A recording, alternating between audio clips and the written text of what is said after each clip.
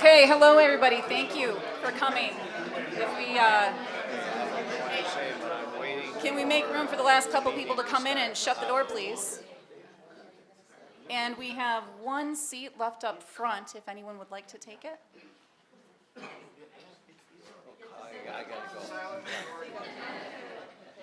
Okay, I'm going to turn the floor over to Tim if you're ready. I'm getting there right now. Okay.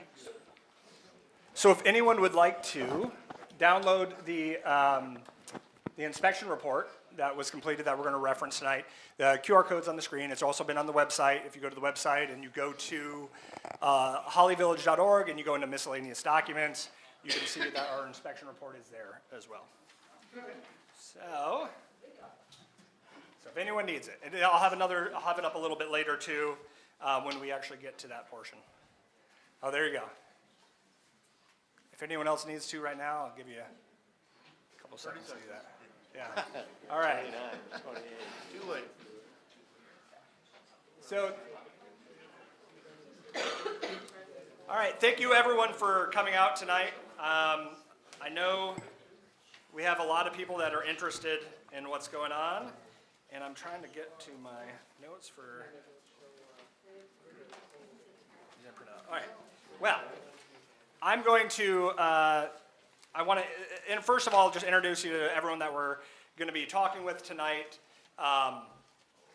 We are, my name is Timothy Price. I'm the village manager. April Brandon, the village president. We also have Amber Kyer, who is our president pro tem and also our Parks Commission liaison. We have Brian Clausen, our utilities director. Doug Scott, who is row engineer. Jeff Krasinga, pronounce it right? All right. Jeff, close enough. So he is our consultant from SME who did the report that we're going to be discussing. And we have our representatives from the Eagle Dam Safety Unit, Luke and Allison. Okay, I'm trying to get back to my screen over here. Sorry. All right, and then also, I think we have a representative from Brian from the Water Resource Commission, Oakland County. We have several other, we have Bob Hoffman, who's one of our county commissioners, also in the audience. And so, again, appreciate everyone coming out. What we're going to do, I'm going to give just a real quick introduction and background of what we're talking about. I've been on this job here for about 130 days, and so my history of this is pretty limited. And so most people in this room probably have a lot more understanding and history. I know that Brian and Doug, and I know Luke have been working on this for a while and have a lot of historical knowledge. And Sherilyn and Jim and the people that live there, they've been living this every day, and they'll be able to probably fill in some of those gaps. And so, after that, we're going to just do a just summary of go over the highlights of the report, the summary of existing conditions. We'll have some time if Eagle wants to present any of the regulatory requirements that we've discussed with them. We'll do a call to the audience where everyone will have some time to speak. As we're going through this portion, I put little cards over there. If you have specific questions that you would like us to discuss as a group, I would ask that you write those specific questions out. You can give them down to Lisa or Chief Narsh down there, and then they can present them to me. And we're going to do more of a moderated discussion about any of those things, so that we're ensuring that we stay on topic and we kind of get through this because there's a lot of people here. And then after that, we'll adjourn. So nothing is going to be decided tonight. Just so everyone knows that this will be this is an informational meeting for the public, and also so the council members that are watching at home, that are in the audience, can get more information about the situation, what's going on. I also want to remind everyone that everyone in here I think everyone has the same goals in mind. Like no one, there's no bad guys in this. Eagle, everyone wants us to have a beautiful mill pond if we want. They want it to be safe. Everyone wants safety. It's just how we go about it and how we do it is some of the topics of discussion that we're going to go over. So everyone wants to work together toward a common goal here tonight, and I just want to keep that in mind as we have discussions. All right. So So I just want to kind of orient everyone to, the mill pond, if you don't know. So we've got Broad Street to the left. As it goes south, it goes down into Milford Road as you get into Rose Township. So the mill pond is a shared asset between the village of Holly and Rose Township. So the northern star we have up there is our northern dam, or also I think people refer to it as the Waterworks Dam as well. Powerhouse Dam, and the our southern dam, which is also our diversion dam. I think I've seen lots of different naming conventions for it, so I was like, let's get all on the same page. And I've got some pictures as we go forward. So some of the topics of discussion. So some reference images here, so get you know what we're talking about when we're looking at a report. The diversion dam and spillway over on the left.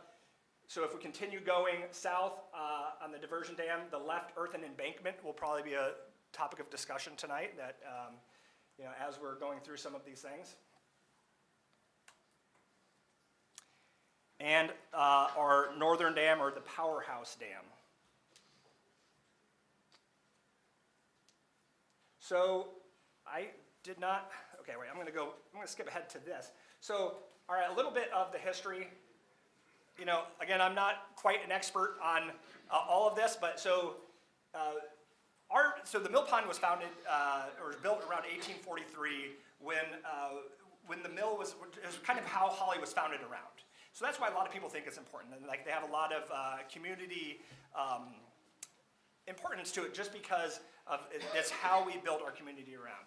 The mill pond, or the mill, burned down in 1910.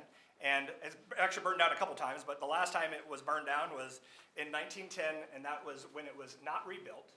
In 1993, we had a lot of work done, some riprap put into those areas. Maybe someone in the audience could tell me when the actual, the spillway and the dam that, as we see it right now, was built. But I haven't been able to find any great historical documents on that. Concrete work looks like 40s, 50s, but I haven't been able to find specific data on that in my limited time to research this. So 2002, 2005, so we started to get a little bit more scrutiny, some reports that are showing, some of the concerns start coming in. Now, at the time, still in 2002, 2005, it was still rated as fair, as far as we'll kind of talk about what these assessments are and what they're looking at look like.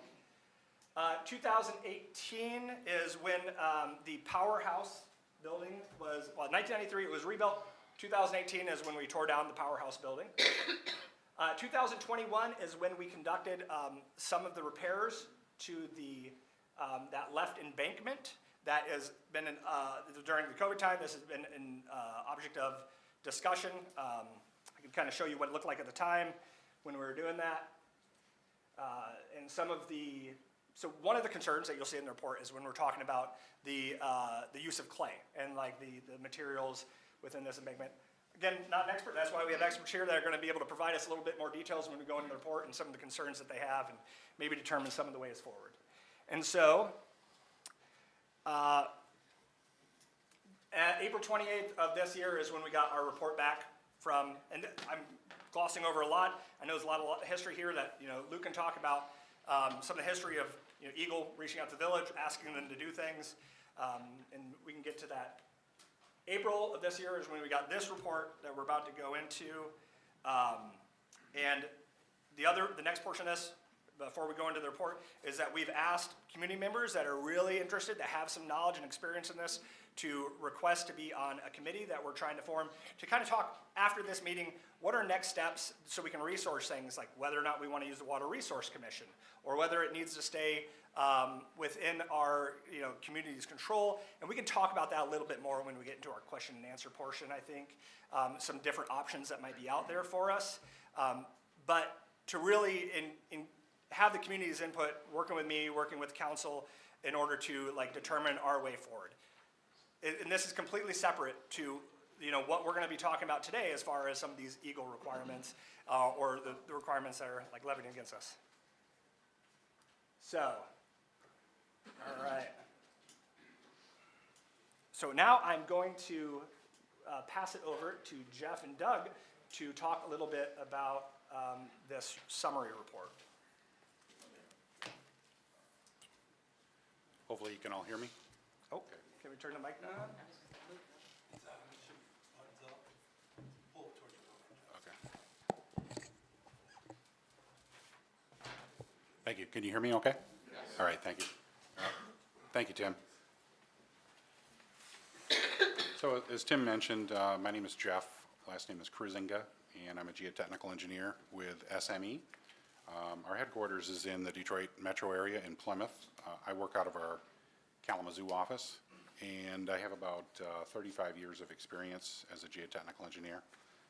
And been working, actually, have been involved with various aspects of this particular dam since, just looking at our records, since 2002, which seems like not very long ago to me because I still feel pretty young, but what you're looking at probably says otherwise. So I did prepare this summary report that Tim has had the QR code up there for.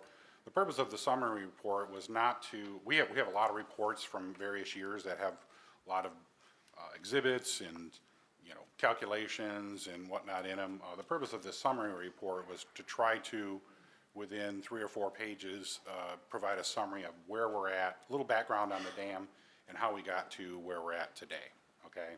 So I'm just gonna walk through that a little bit. In case you haven't seen it, Tim's got it on the screen.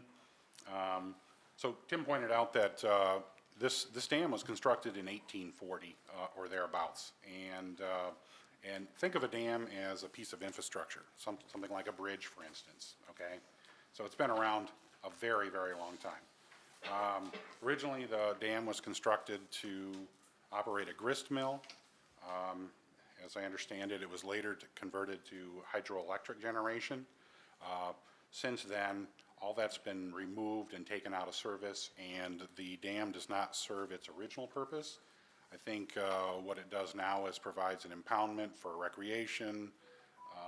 You know, it provides some community. It's a community asset in ways.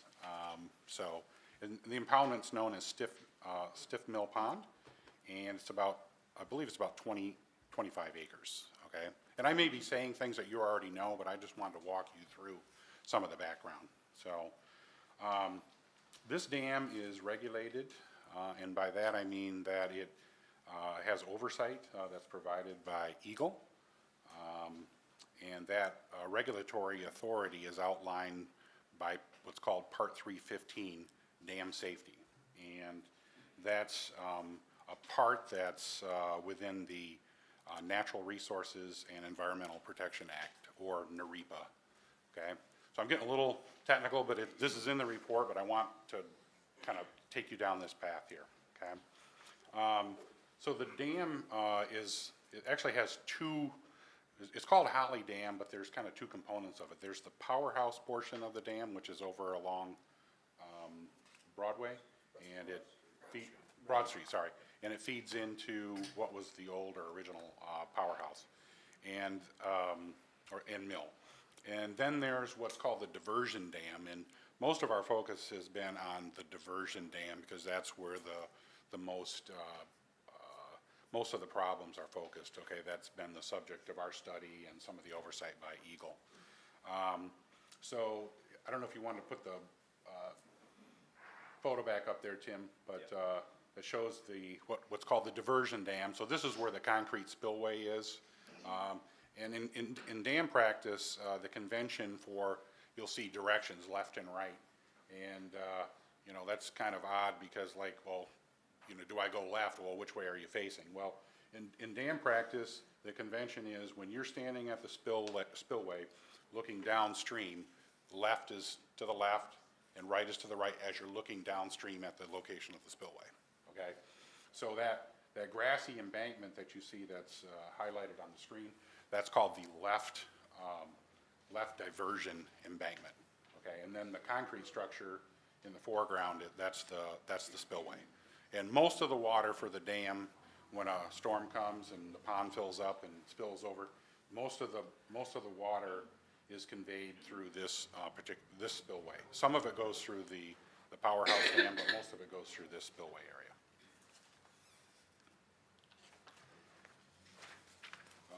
Thanks, Tim. Now I'm on second page of the All right. report. So, this dam, actually, because it's regulated, it has an ID number or inventory ID number, and it's dam ID number 253, and that's assigned by the dam safety unit.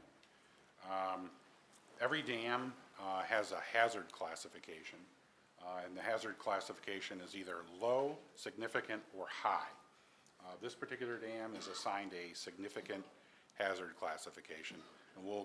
And I present this in the report, but it's important as we walk through here as to why it's important that it's significant and not, say, low, okay?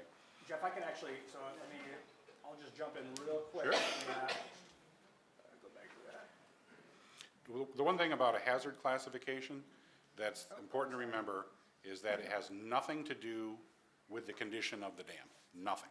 It only has to do with the risk to potential loss of life or property should the dam fail, okay? So a dam that's in very bad condition, that doesn't change its hazard classification, okay? So it has nothing to do with the condition of the dam. So that's important to note, that this is a significant hazard dam, and I think that's appropriate. And depending on the hazard potential, the current regulations, and this is under Part 315, the current regulations require that have a safety inspection every 4 years if it's significant. If it's high, it's 3 years, and if it's low, it's 5 years. So the report that we prepared and issued in April, that is not a safety inspection report. I call it a summary report because we're gathering all the information and trying to put it into one concise location. The last safety inspection report was completed by Eagle, and that was in 2017.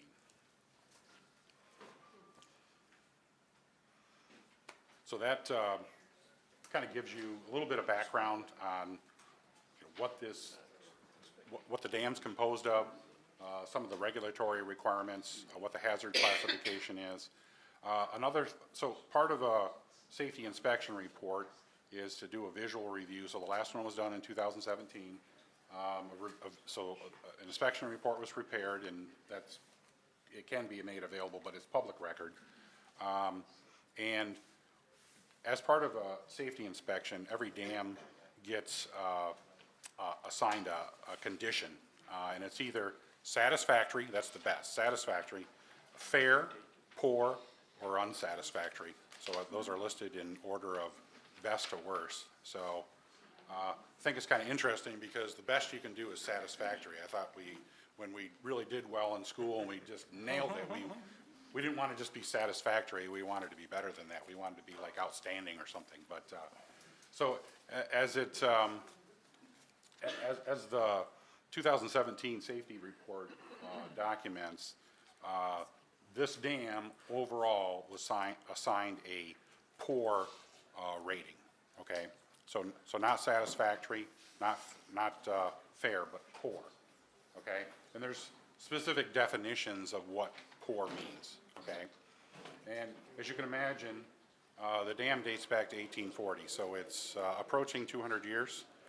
So there's not a lot of Can we have some infrastructure. order, please? It's getting difficult to hear the presentation. Is everyone okay back there? They're moving chairs so that people can stand behind. Okay, okay. Thank you. And yeah, if we can keep the rumblings down, please, so we can hear the presenter. Thank you. Can everyone hear me okay so far? Because I can speak up too, I really can, so. I sure can. Thank you. I'll lean into the microphone just a little bit too, I'm not used to it. Okay. So as a result of the 2017 safety inspection report, which I said it's a public document, it's a matter of public record. There's a list, usually what the purpose of the inspection report for safety inspection is to identify potential deficiencies in a dam that need to be addressed because deficiencies, if not addressed, could lead to loss of a dam, okay? And the other purpose of the inspection report is to identify just routine maintenance things, okay, that need to be done. So routine maintenance might be, tree and brush clearing so that you can see your embankment and know if there's animals burrowing or if you can see seepage and things like that. That's more maintenance. but deficiencies are something that's more severe, that are more severe and need more robust, maybe study and maybe engineering to go with that, and then corrective action. So as a result of the 2017 safety inspection report, there were some deficiencies that were identified, okay? And so just, Tim's right in the right spot there in the report. So the village undertook some of these, some measures to address some of the deficiencies and other things that were noted in the 2017 report. So as I understand it, there was some tree and brush removal being done, and there was also some efforts to address the presence of burrowing animals, okay? So small, you can't even read it. Mr. Love? All these reports are available online. If anyone would like, they can download it for themselves. And There will be time for public comment. It will be after the presentation. So one of the things that happened, and I believe this was in 2021, so we're talking about the diversion dam. So this is to the left of, so this is the left diversion dam, so to the left of the spillway. There was efforts to address some of the deficiencies, and unfortunately what happened is there was some fill that was placed. It was clay fill, and it was placed on the downstream side of the embankment. And you know, I think there was some reasons as to why that was done that made sense to a layperson, but when it comes to dam practice, you don't want to place clay fill on the downstream side of an embankment unless the embankment's entirely composed of clay. So what happened is, after that, this work was done. I believe that Eagle came back out probably to do another inspection in 2021, because that would have been the frequency, and noticed that there had been work done on the dam that should have had a permit. So Eagle issued a letter to the village and said, you know, we need to get you to prepare a permit, what's called after the fact, or ATF, okay? And some of the information that was provided, some of the information provided documented that there was clay fill placed on that downstream embankment. So let me take you back a little bit here. So I'm going to pause at the moment. Back in 2005, and there was a timeline that Tim had up earlier, and in 2002 actually, I started working on this dam, had some involvement back in 2002. In 2002, there was some work to kind of look at, what do we do with this dam? We know that there's some deficiencies. It was more of a study, like what could we do, what are our options? And then in 2005, and I don't believe anything became of that, but in 2005, I was involved in an engineering evaluation of that left embankment. And that included getting borings done by hand on that left embankment. It included doing some lab testing to determine shear strength properties that were appropriate, and doing a slope stability analyses on that left embankment. And so this is a quantitative engineering study.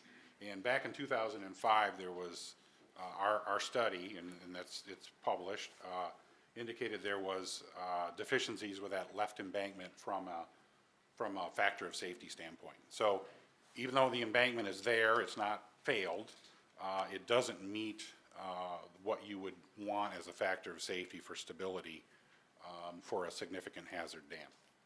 And so now I'm going to come back to the present day. So now there's the left embankment, doesn't have, before anything was done to it, it was deficient in terms of what it needed for a factor of safety. And putting the clay fill on the downstream side of the embankment actually makes it worse, okay? That may seem counterintuitive, but what happens when you place clay fill on an embankment, it changes the pore pressures or phreatic surface with the embankment, and it actually will lower your factor of safety.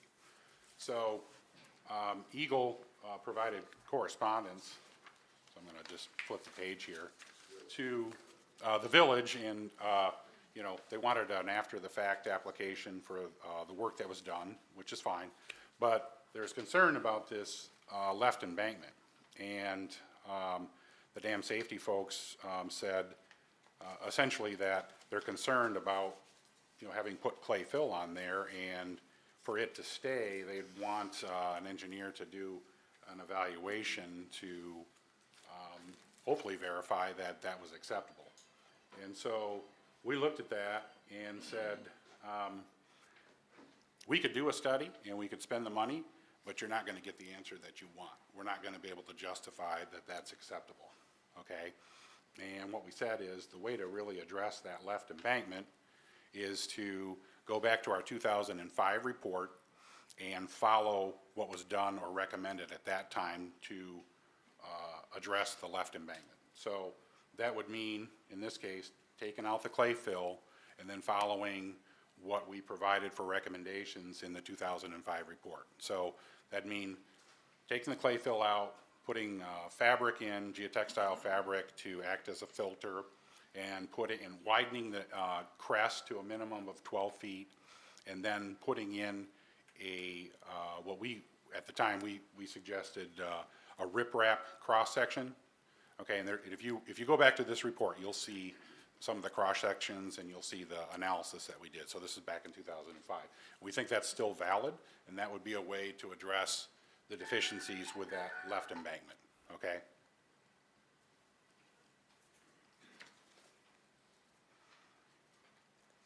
So,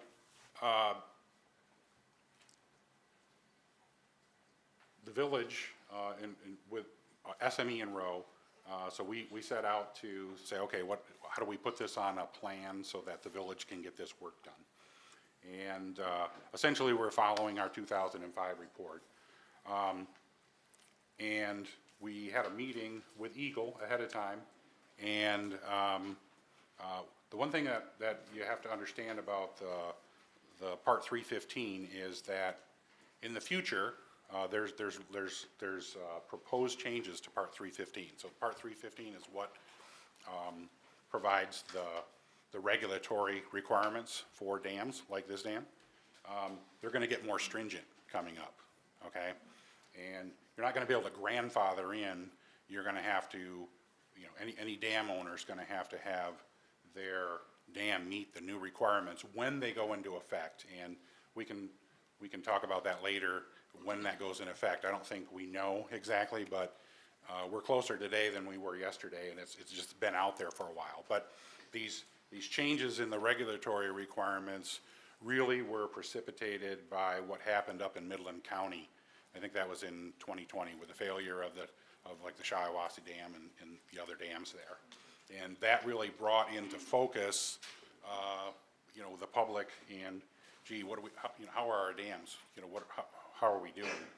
And there was a dam safety task force that was formed.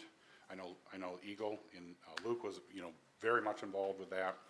And they looked at, you know, other states and how they did and what they were doing with their dams. And I don't think we were the worst, and I don't think we were the best, but I think that the task force, I was not on it, but I've read some of their recommendations. They felt like there were some things that could be done to improve what's the Dam Safety Act, okay? So those regulations are pending, but they're not in effect just yet, okay? So at this meeting in November, we proposed what we could do to address in this letter to correct these deficiencies. We proposed to follow a procedure to go back to our 2005 report, apply those recommendations to the left embankment. And one of the things that came out of that meeting was that this dam has other deficiencies besides the left embankment. One is it doesn't have enough freeboard at the design storm. In other words, right now this spillway has to pass what's called a 200-year storm, okay, or the flood associated with that. And I think it can, but it doesn't have enough what's called freeboard, which is the buffer, the vertical buffer before the dam might get overtopped. And when So the crux was the village could go ahead and make these repairs to the left embankment, but just note that all may be for naught, because once the new regulations go into effect, you're not gonna satisfy the new requirements, okay? So the money you spend to address the left embankment may be sort of throwing good money after bad, okay?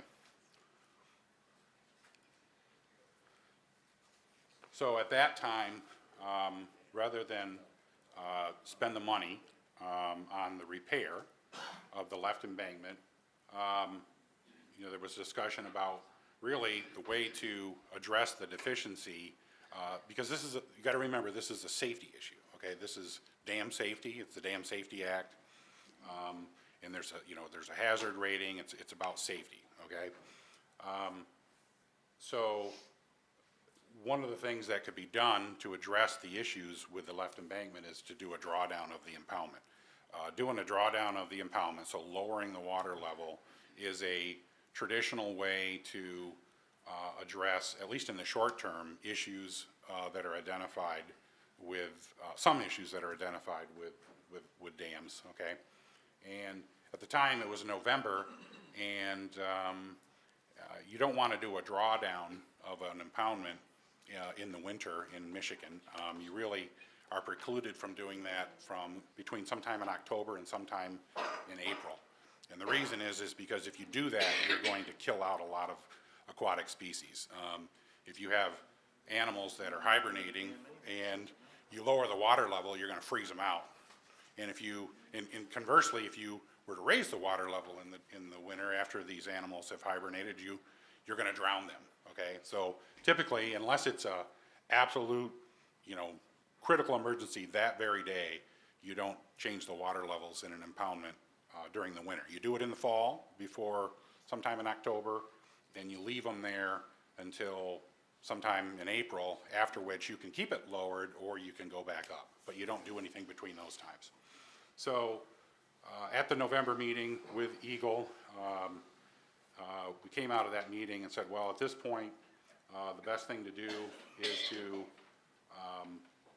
lower the water level in the impoundment once spring comes, so that we address this safety issue with the left embankment, okay? And that'll give the village time at that point to decide what to do with the dam moving forward, okay? And then if you look at our report, there's really a couple things, there's a couple options for this dam. This dam is in poor condition, and it can't continue to exist in this current condition, okay? It's been, at least since the early 2000s, that it's been identified that this dam has issues, okay? So really, the two options are, if you want to maintain what you have there, you're going to really have to reconstruct a large portion of this dam, okay? And otherwise, and that comes at a relatively high cost. Otherwise, you might want to think about removing the dam. So the last portion of our summary report talks about the options. And I'm not here to tell you what to do, okay, because it's your community. And you certainly can reconstruct the dam, and you could certainly remove the dam. But there's variable costs associated with that, and it's not inexpensive. If you were to reconstruct the dam, you're going to need to comply with the new requirements that have not yet come out or are not enforceable of Part 315. So you're going to need a new spillway, and this embankment's going to need to be reconstructed. This is just on the spillway that we've looked at with the pictures, not even focusing in on the powerhouse.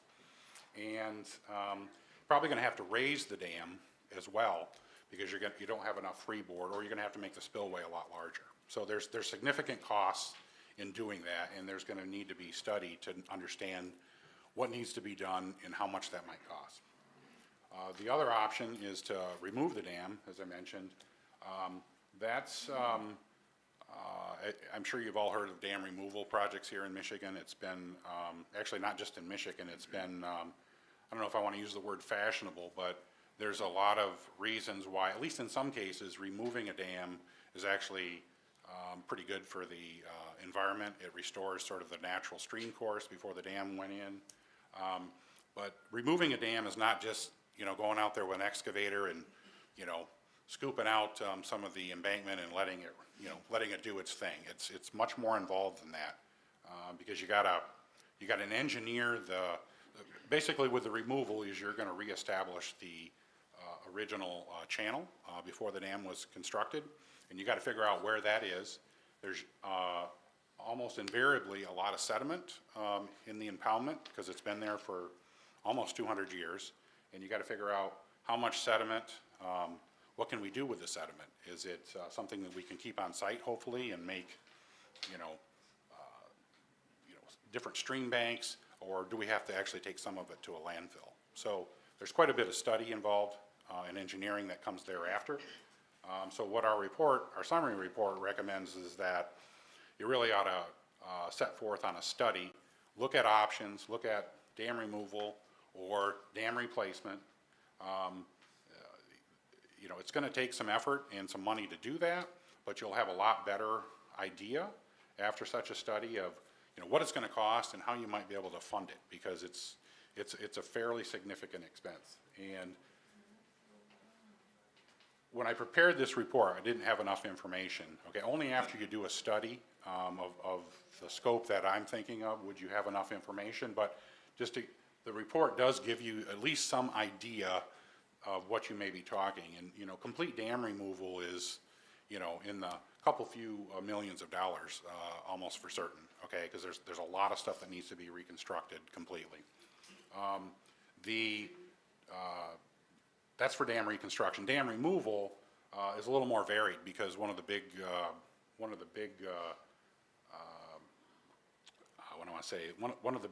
components of how much the dam removal project costs is how much sediment do you have and what can be done with it.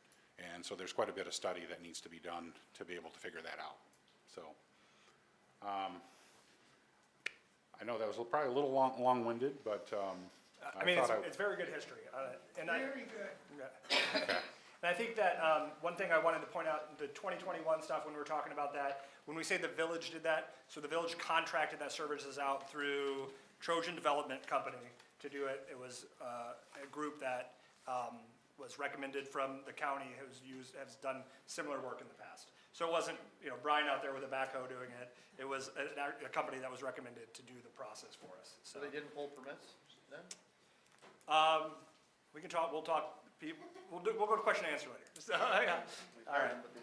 Tim, will you remind everyone what to do with their questions, because there are Oh, some yeah, questions if you have in here. specific questions, you can, just write them down on a piece of paper. We're gonna do public comment. Public comment is just gonna be to, you know, bring stuff up, but if you have specific questions that you want discussed, we're gonna moderate a discussion afterwards, and you can give them over to Chief or Lisa over there, and then I will. You can hand that art over to us, and we'll put it aside for now. Thank you, everyone, for staying here. We know it's cramped and hot, and we all appreciate you being here. So now, well, let me close this out a little bit. So.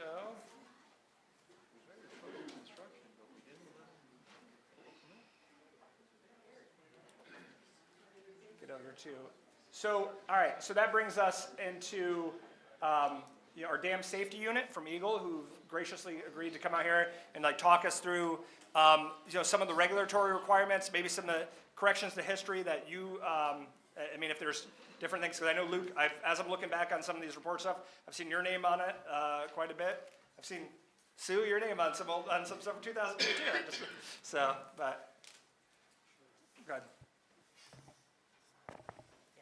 Okay, can you guys hear me? Barely. How about now?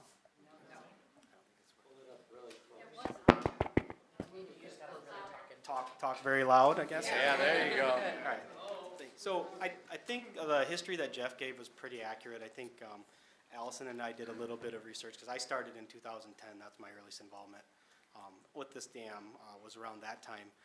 And so I think as far as we can tell, 2001 inspection report completed by the department identified some concerns. There was water actually flowing through the embankment next to the spillway. That was what prompted the 2002 SME study. said we need to look at this. Out of that came some recommendations as far back to widen the embankment at that point, look at adding an auxiliary spillway, lowering a section of the embankment, and doing some other repairs. We actually permitted that work in 2003, and it was never completed. Fast forward, to all the things. We've done several inspections since then. I think like 2001, probably 2005, 2009, every 4 years, right, moving forward. And the reports kind of make the same recommendations that there's known deficiencies. There were piezometers, which are monitoring wells, put on the downstream portion of the bank. Jeff, you were on both of those reports, so that was stuff that they did. Piezometers are monitoring wells. They measure the water surface below the ground, and from that you can kind of pull the data you need to run that stability analysis that Jeff talked about. In 2005, that was completed and recommended the embankment improvements that also didn't get constructed. So this has been an issue before my time, predating me. Jeff, I think, has more experience on this dam than I do, actually, so it's nice to confirm what we see in our files. When I got involved, there had been some staff changeover and it's kind of repeated recommendations in the inspection reports. You need to look at, addressing the deficiencies. Around 2011, I think, was in Jeff's report, and maybe not highlighted. Roe did another assessment that confirmed, yes, these recommendations are valid, and here are some costs at that time of large-scale rehabilitation of the spillway, replacement of the spillway, and looked at, I think, the 2000, and somewhere there were several options developed, and cost, 20-year-old cost, you could probably quadruple them now, at least, unfortunately. But this is a kind of a known issue. The dam is getting old. It isn't just the left embankment, like Jeff said. There are concerns with structural, just the condition of the old concrete.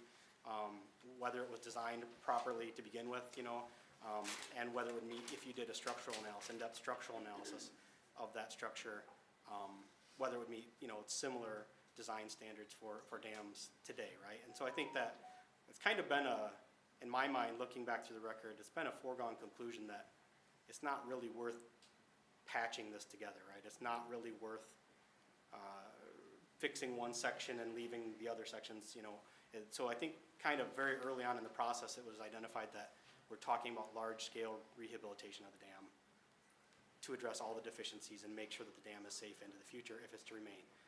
The unfortunate part is, the repairs or the modifications, I'll call it, in 2021 occurred, which have exacerbated the condition to the point where there's more concern than there was in 2005, more concern than there was in all the time between 2005 and now that the embankment stability. And I think, Jeff, I think you did a good job explaining it. It might have been a little technical. Is when you put clay on the downstream side, it kind of holds the water into the embankment so it can't drain.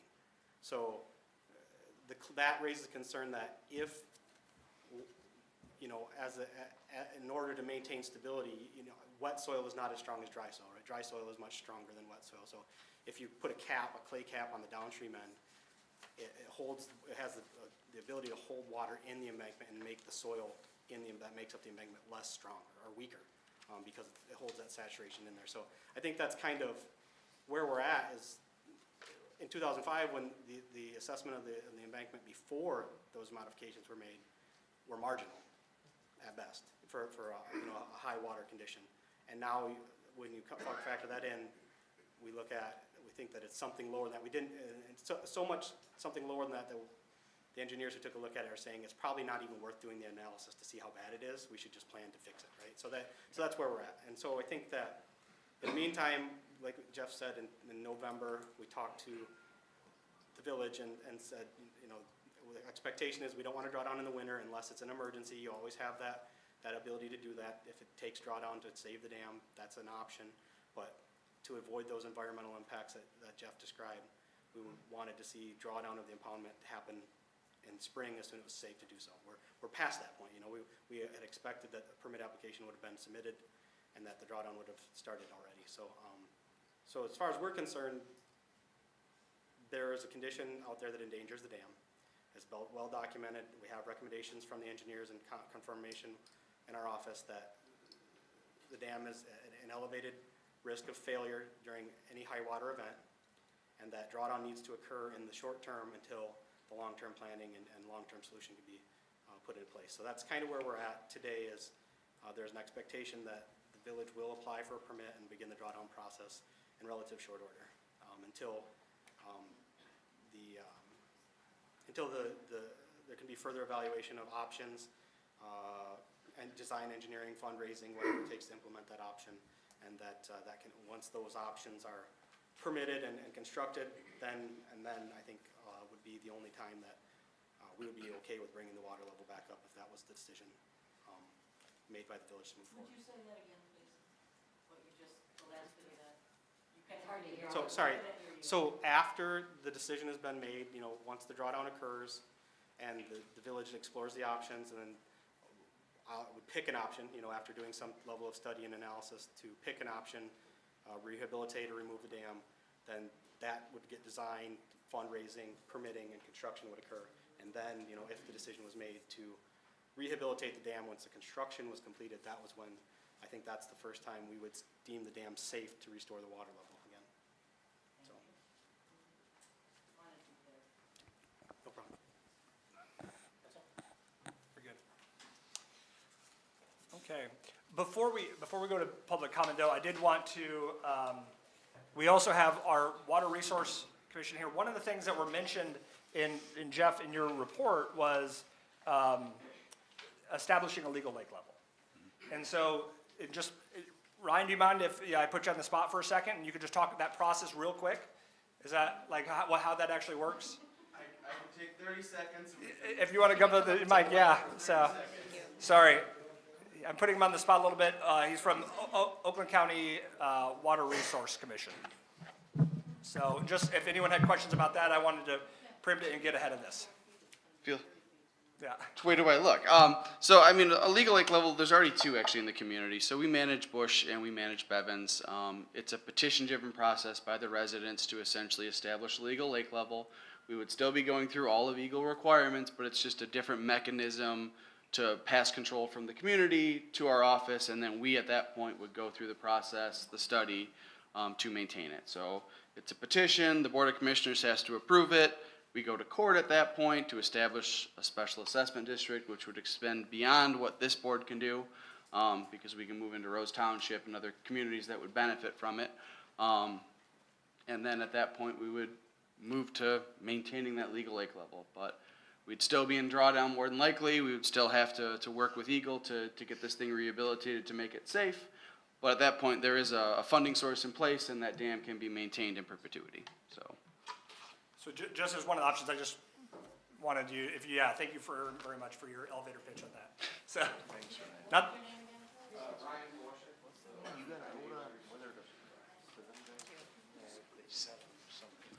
The regulatory requirements for that are under what's called Part 307.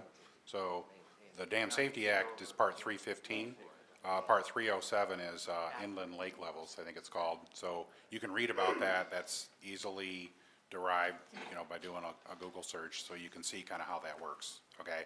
And that would be a mechanism to potentially keep the dam in place, to establish, a funding mechanism where, that would pay for the reconstruction of the dam, and then going forward, it would pay for inspections, maintenance, repairs, things like that. Thank you. Now we're going to accept public comment. At this time, don't expect any questions to be answered. Remember, if you have any questions, write those down, turn them into our clerk, Lisa, and we will answer those in a bit. And don't expect to get called on quickly. There's a lot of you, and I know a lot of you have a lot to say. So, if you have a comment, please raise your hand.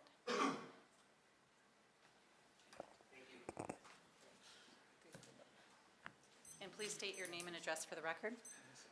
My name is Dave Decker, and my address is 1200 North Telegraph, Oakland County, because I'm the chair of the Historical Commission. I am really glad to be here, and I was invited to be here to kind of talk a little bit about the context of the mill dam and of its place in the history of the town. Your timelines are accurate. It was 1843 when that mill was built, when it all went into place. Mills are a very, very interesting structure in that they form the basis of a community. And one of the first things you need in order to make a mill run is water, and you need to be able to control the water, and that's where you get mill dams from. When the mill dam came into town here, when they constructed it, they very often used rough structures to make those dams. They were not concrete. Many of them were not stone. They were timbers. They were just rough sawn logs building out those structures. At the Davisburg Dam site, when they drained the pond and they removed the dam there, 20 feet down, they found a whole bunch of timbers and they rescued them. You may very well find those kinds of structures underneath if you do any kind of major dam reconstruction. And I would ask as a historian that you involve the county, county parks, Carol Egbo, the county historian, worked to rescue those, and they're turning them into essentially an interpretive display at one of the buildings out there near the pond. So that's something to consider. The other thing to consider is that they may not be there. They may not have timbers there because we don't know when the dam, if the dam was ever moved. They may have reconstructed it at some point in the past and not made a whole lot of documentation. The dam was under the control of the Holly Milling Company for quite a long time. It's a private concern. They didn't necessarily have to tell the village what they were doing with the dam. They could just do it on their own, and they may have. So you may find some surprises when you get in the ground and see what's around there. As far as a mill pond in history and the historical nature of them, they really are, they make the place. They're a place-making thing. They're important to history, and they're important for people to know the history of them so that they can feel that sense. I'm sure the people that live around the mill pond feel that it gives them a sense of place. And so I think, my personal opinion, aside from any decision you all make, save the mill dam, if at I all am sorry, possible. but we are out of time. I'm sorry. Considering the amount of people here. However, feel free to email abrandon@hollyvillage.org or tprice.org with, tprice@hollyvillage.org with any other input. We appreciate it. Public comment.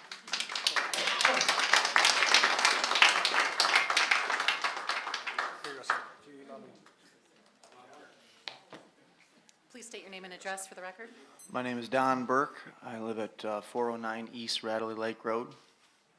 I think something to also consider is, I know we focus on just the mill pond itself, but just behind that mill pond is miles and miles of water that pour into that area. I own a half-mile of waterfront on there just behind that railroad tracks there on the south side in Rose Township there. Also, you directly to the north side of there, you have Holly Shores, and I believe all of those people have shallow wells.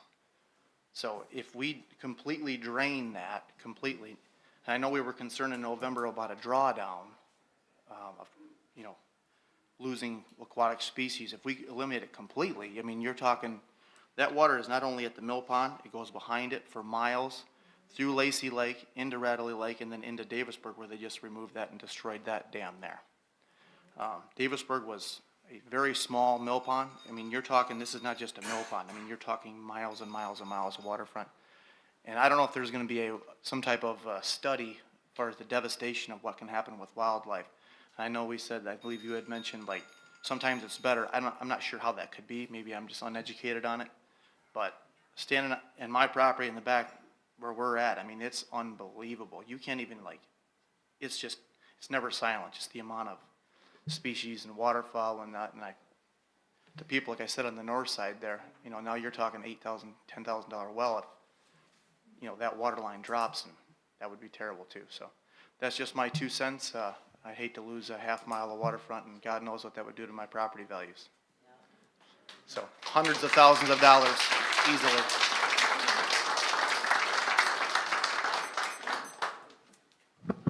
Hi, I'm Bob Hoffman, Oakland County Commissioner. This is my district along with Springfield, Rose, Groveland, Holly,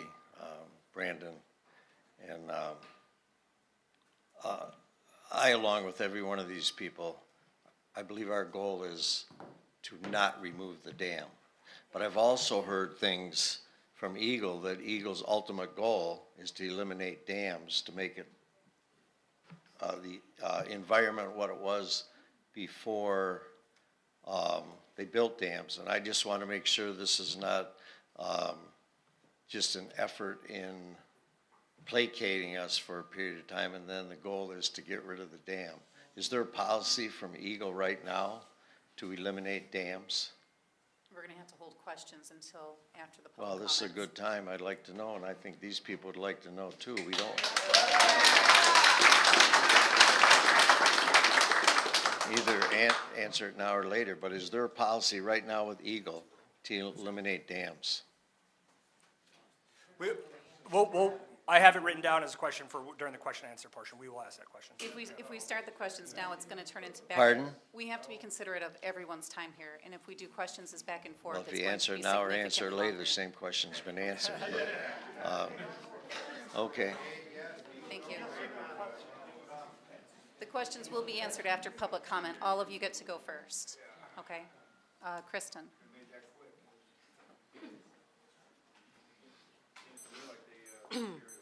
Thank you. Kristen Watt, 102 South First Street, number 3.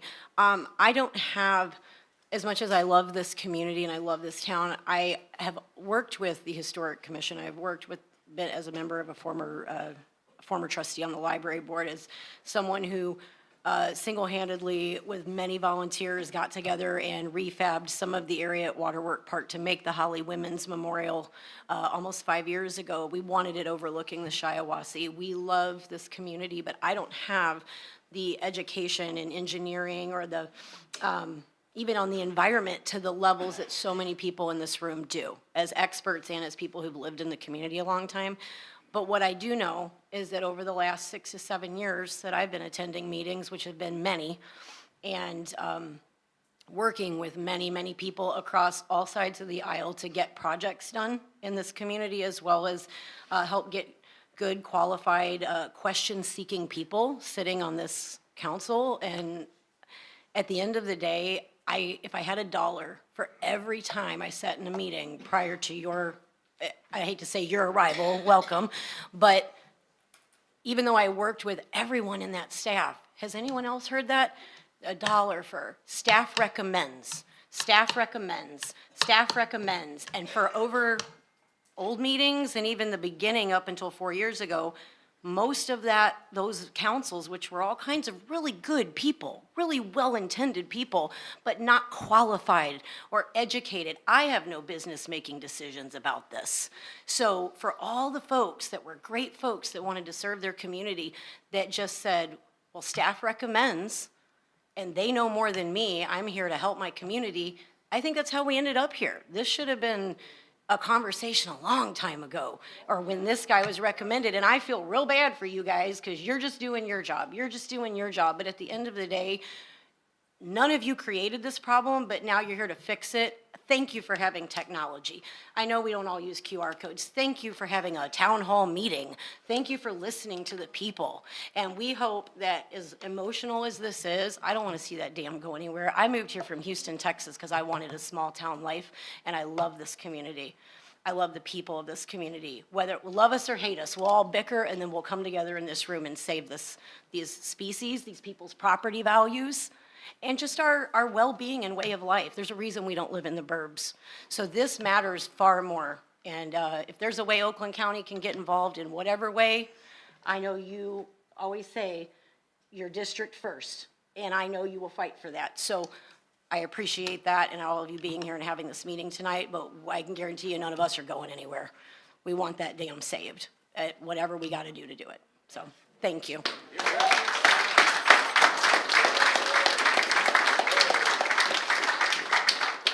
This next public comment is from James P. Wright. He lives at 201 Grant Street, and he wrote in today, "We regret that we are unable to attend this evening's meeting in person as we are volunteering at the Holly Little League concession stand. However, we feel strongly compelled to share our thoughts regarding the future of the Mill Pond and the critical decisions now facing our community.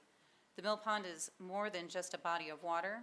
It is a vital piece of Holly's history, identity, and ecosystem. For generations, it has provided beauty, recreation, and a meaningful connection to our village's past. Its loss would not only change the landscape of our community, but would also erase a cherished landmark that has shaped life in Holly for over a century. We fully understand the financial and regulatory challenges that the village faces in addressing the dam's condition.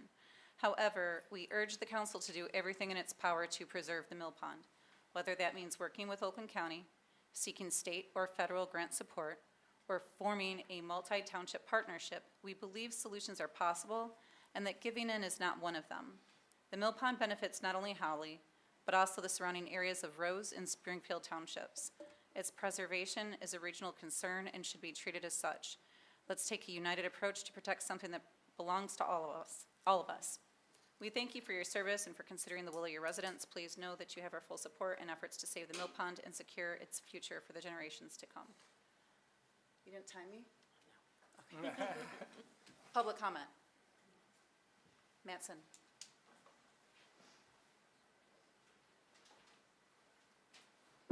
Anna Mattson, 15091 Western Valley.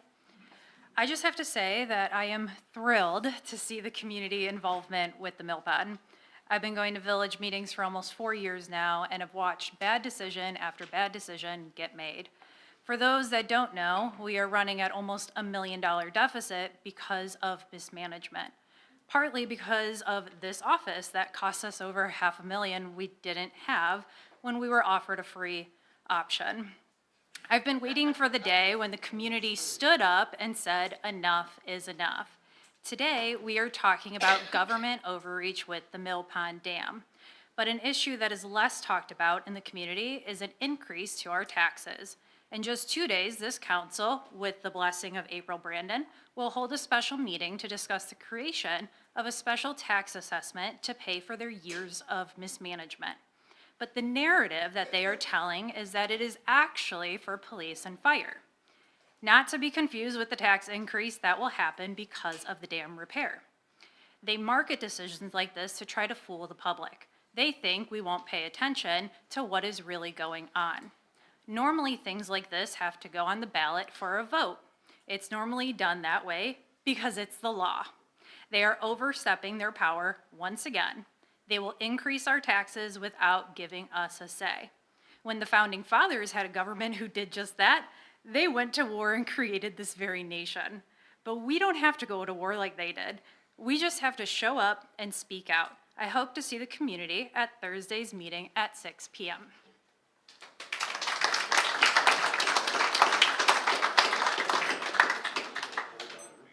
Public comment. Sherilyn.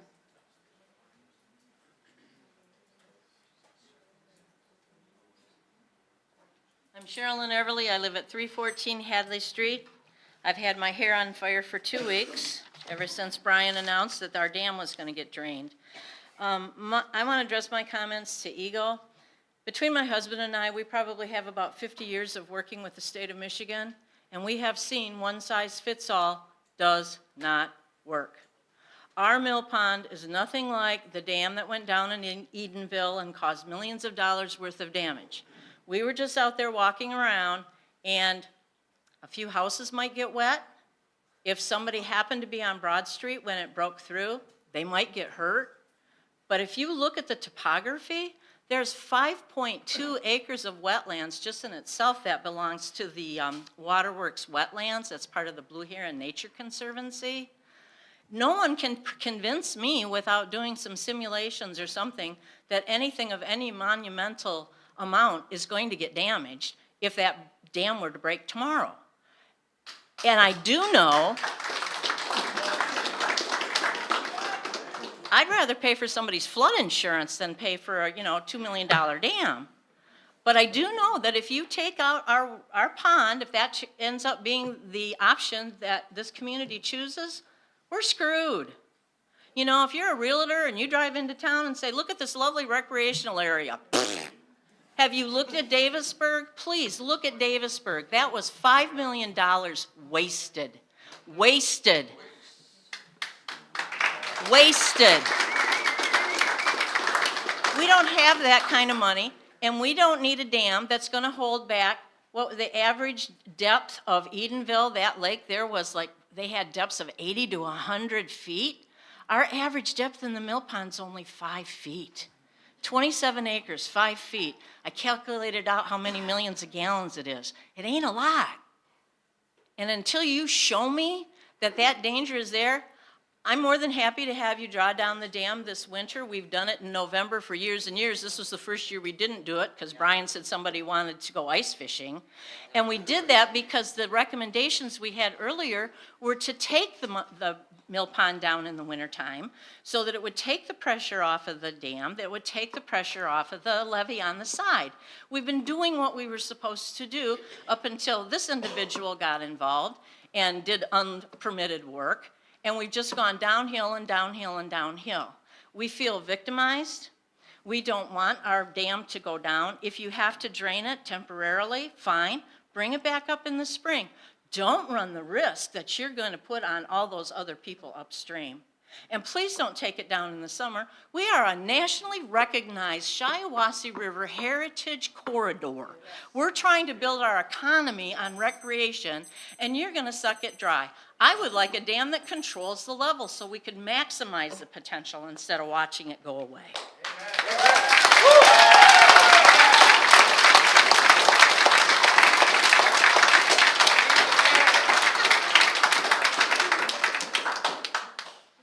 Thank you, Sherilyn. Gary? My name is Gary Helton. I live at 808 Milford Road. I live right across from the dam. Every time it rains, my yard floods. In 1975, you don't remember, the dam broke, and my property was completely underwater, my house and my garage. So it is costly, and insurance don't pay for it. So at least repair the dam so I don't have to worry about water getting into my house every time it rains. I got the proof right here, pictures 1975, flooding my house and my yard and my garage, all my property, 10 acres. Thank you, Gary. Go ahead, Hi, please. Dave Ricketts, 214 Church Street in the Village. I'd just like to say that, you know, if the dam's not there, we may lose total control on the Shiawassee River. I live on the Shiawassee River. I'm 40 feet from that river. And there was a mistake that was made this year when he did not draw that mill pond down. Because in my 32 years there, when we had the spring flood this spring, it was the highest river level that I've ever seen in 32 years. And that was because the mill pond was not drawn down prior to winter. That's all I got to say. Thank you. Because they won't open the other dam door on the road going to the other part of the river. They refuse to open it every time I call them. I said my piece. Would you like to pay for it?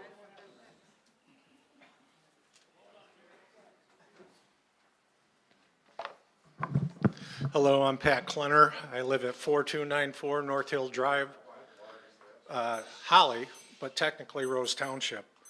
I prepared a statement here, but I'm listening to what everybody else has been saying, and we have not addressed the economic impact of what it's going to cost the residents who live upstream from the dam.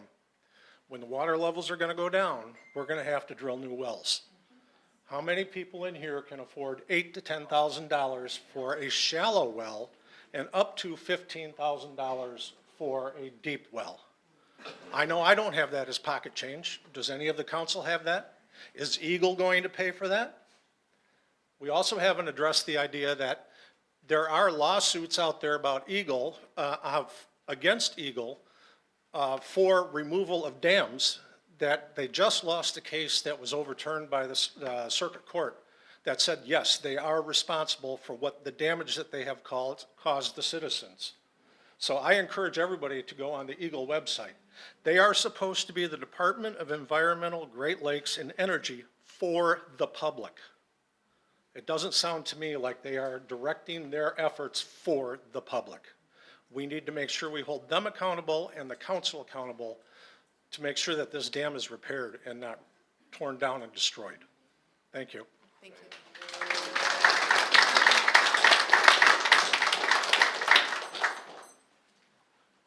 My name is Chester Coop, and I live at 11750 Eagle Road, Davesburg, actually it's Rose Township. Most things that I was going to say has been covered, but One of the things I want to mention is, a couple people have made a reference to the Davisburg project. This is nothing as Davisburg. You had, the impoundment size was 1/3 of what it is. It was within 3/4 of a mile of the headwaters of the Shiawassee River. So it was most of it was on state land, and there's very little impact. But if you take this dam down, you're talking about an area probably, I don't know how to do it, it's got to be 10 times bigger. You're talking about not only the Shiawassee River, you're talking about the Buckhorn Creek, you're talking about Radley Lake, Lacey Lake, Lake Braemar, and there's some other ones in there I can't remember. So it seems to me that there's going to have to be a study on this, on the impact of it. And with an area that big, it might be better saving that money towards putting a construction of a new dam, a rebuilding of this one. The other one would be, is I would strongly encourage the Village of Holly, is to involve Rose Township officially, not as advisory members or people who come to make comments. They are impacted in their community, just like it's going to be impacted in yours. And so I think that they should at least be partners in this process. And there's other sources of money. I know that Springfield Town didn't pay for that whole dam themselves. They had money from Oakland County. They had them from the parks and rec. They had other places. But that's my say, and I would hope that you do involve the Rose Township in this as partners.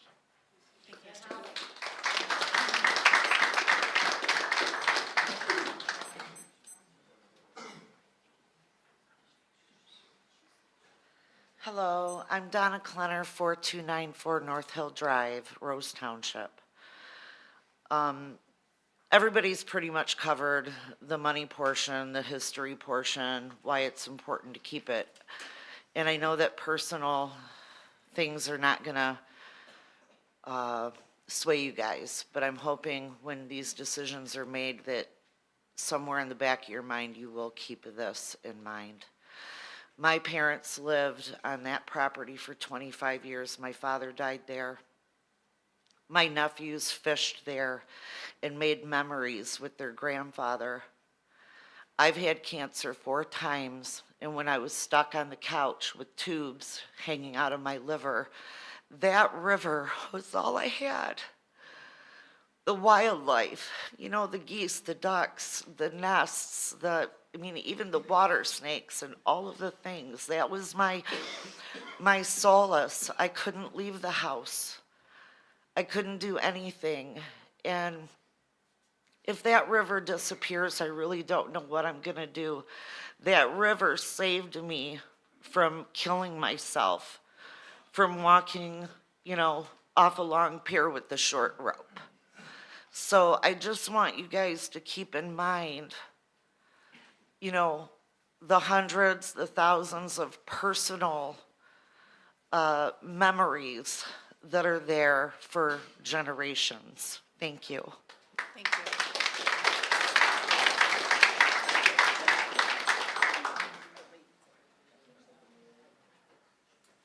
I'm Mitchell McDermott, Wakewood Court.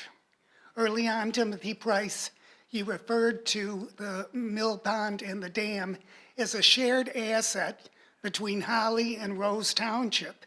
And I wanted to let you know, I appreciate that language, as I also feel it is an asset.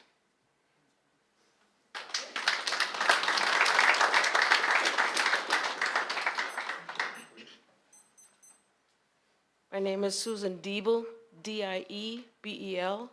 I live at 1011 Marion Drive.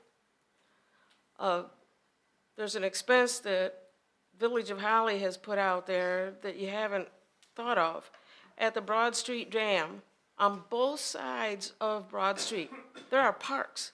It's a park on both sides.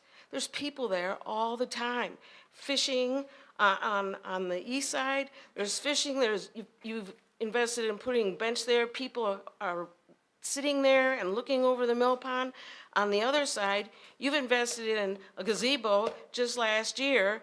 You have trails that you've invested in. You've been building on this park, and without a dam, I don't know what's going to happen to all of that. And so you've invested in that. More and more people are coming. Keepers of the Shiawassee will probably be interested in this because it's going to affect the Shiawassee. People are starting to do kayak events right there at Broad Street. For what? You know, you've invested in that. Our tax money has paid to build on this park that is getting bigger and having more and more people.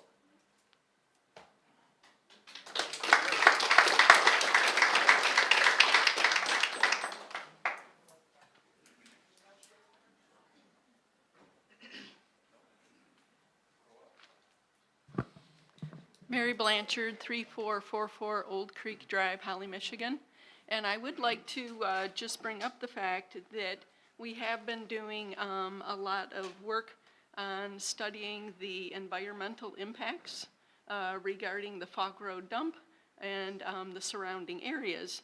And I believe that there was concern many years ago addressing Eagle, saying that if you disturb the bottom of that mill pond, that you could have significant environmental impact right there. And if you do drain the dam, is all of that going downriver?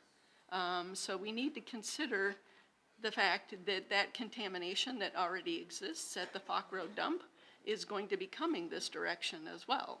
And so I would like to ask that if you are going to go forward with any kind of plans, that you do please do some kind of environmental assessment before that happens. Thank you. Thank you, Mary.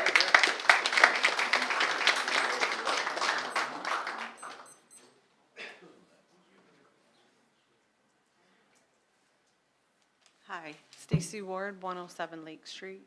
I just wanted to let you guys know another personal story. I learned how to swim at the mill pond in Davisburg decades and decades and decades ago. And it's really heartbreaking to go through there and see what it's turned into because there's really no wildlife. I walked that little wooden path and yeah, there's a couple birds, but I missed the memo on why that had to be done except for the dam. But what once was a little great community area that we took our kids to, that we learned how to swim at, is now basically nothing.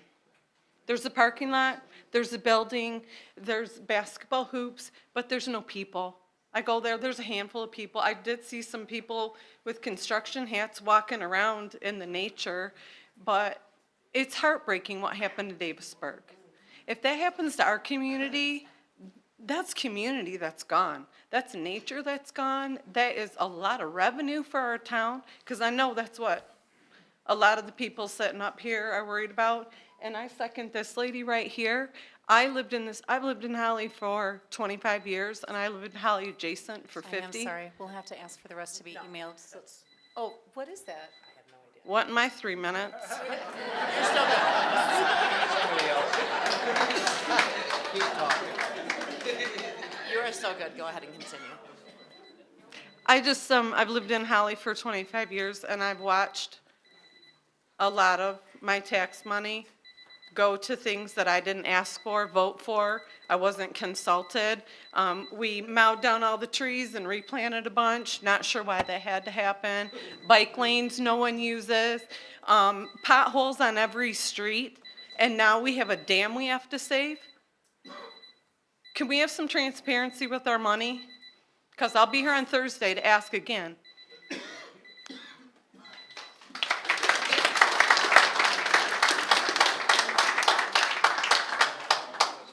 I apologize for that other alarm going off and for interrupting you.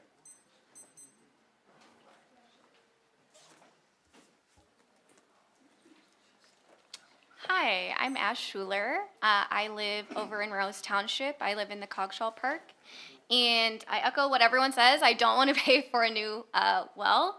And the reality is that me and my husband are okay. We could do it, but lots of people in that neighborhood are not. I don't know if you've been there, but there are a lot of people who are elderly, who are fixed income, who are low income.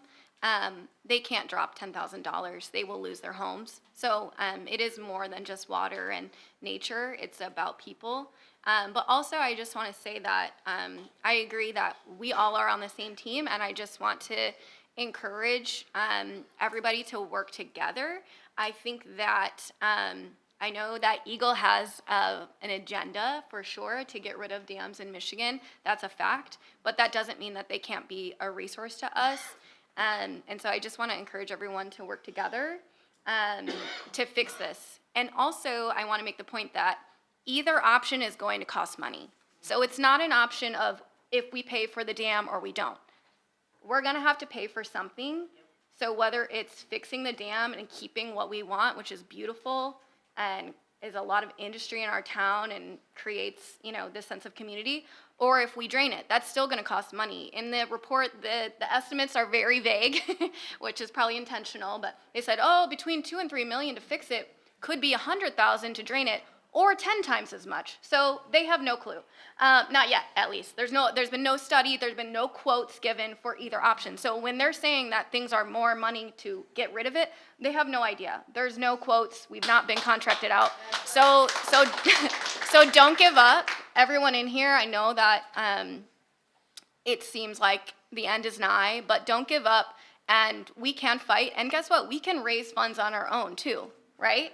We can raise funds on our own. We don't always need government money, although that would be nice, you guys. That would be very nice. But we can raise funds on our own, and I have a lot of ideas, and so I think we can all work together to get what everyone wants here, which it seems like most people. And I even agree with the guy who lives below the dam who wants it repaired for his house. I 100% get that. I 100% agree that we do need to repair it to protect the homes that are downstream as well. No, that's my comments.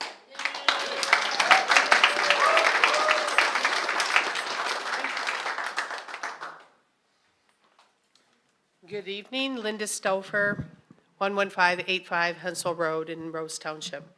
I wear a number of hats here in Holly. I do own a business, and I am the chair of our DDA board. I also live on Buckhorn Creek, which feeds into the mill pond eventually, and I have a son that lives on the mill pond right on Hadley. So I have a number of interests there. But what I'd like to address, and I'm thankful for the gentleman from the Oakland County Historical Society because history is near and dear to my heart. And one of our transformational strategies in the DDA is storytelling. And without the stiff mill pond and the stiff house, and there are actually 2 houses there, there would be no Holly. And I think it's really important that we preserve them, and it breaks my heart every time I drive past the house on Broad, that is the stiff house, because it is very important to the village, and I drive by it because my business is in town multiple times a day. I think that from a historical perspective, we really do need to preserve this area. We can talk about the ecological and the wildlife and all of that, and that's wonderful, but history is important, and just like the depot, it's important to Holly. Thank you. Go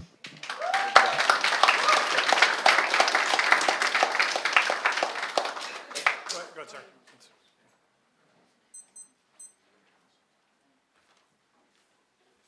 Frank Venner from 4348 North Hill Drive, Rose Township. I believe Holly bases its whole reputation on this historical venue, if you will. Everything's got to be historical or it's not allowed. The dam is the first thing that was in Holly. Who in their right mind would want to get rid of it?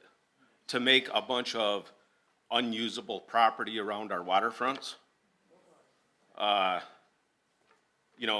It's hard enough now because we can't touch it because we're not allowed to kill any cattails or anything. You can't hurt or harm anything in the water.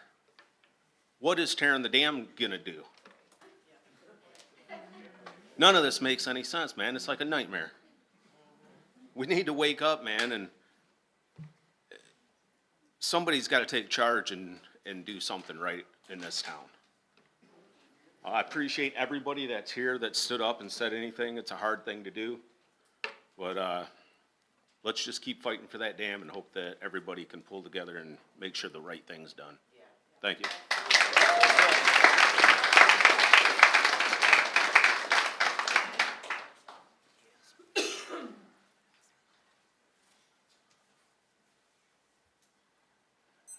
Jim Clark from 314 Hadley Street. For several years, I served on the council with Don Wingelmeyer. And at the time, we passed a petition and had a special assessment district formed to avoid a fish kill like we had about 30 years ago. Don and I had several conversations, and he told me when he was a boy, there was no weeds in the pond. And I said, well, wait a second. Grinnell's piano factory was there, the battery factory was there, and whatever else. And I've been paying for the last 20 years by the frontage foot for weed control there. If you uncover those things, you know, that can be a very serious issue for folks downstream. And I don't think you can discount the impact on Rose Township. You've got 120 families approximately between the two sets of railroad tracks on well and septic. And that is not a wealthy area. There needs to be some serious investigation. You can end up opening Pandora's box by draining the pond. Thank you.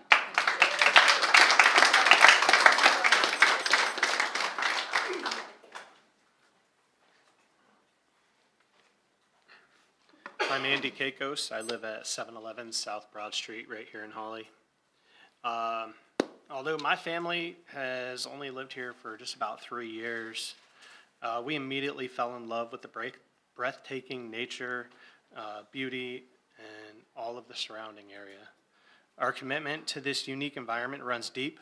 We recently reinvested in the area by purchasing the property opposite the side of us on the pond, and draining the mill pond by removing the dam would only destroy the landscape that we cherish.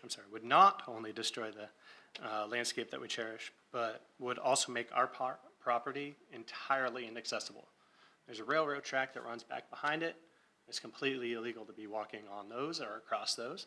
And so we only have water access to get to that, which is located in Rose Township. All right. Beyond my personal impact, I want to highlight the severe environmental and ecological consequences of such an action. The mill pond, its headwaters, the watershed, the river trail are vital habitats for a diverse array of plants and animal species. These waterways serve as crucial migratory stopovers for numerous bird species, including multiple families of swans that return each year to nest and raise their cygnets.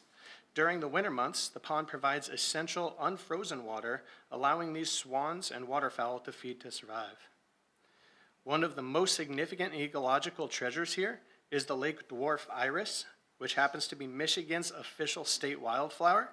This rare and beautiful plant grows along the edges of the mill pond, its headwaters as well, and sadly, it is both federally endangered and state threatened. Draining the pond would pose a serious threat to its already fragile existence. The environmental damage from draining the mill pond would be profound and irreversible, and I sincerely urge you all to recognize the ecological significance of this area and take leadership in protecting it for the wildlife, for the community, and for future generations. I know that this is a relatively new panel and that you've inherited the problems, but we would greatly appreciate it if you would take that very seriously.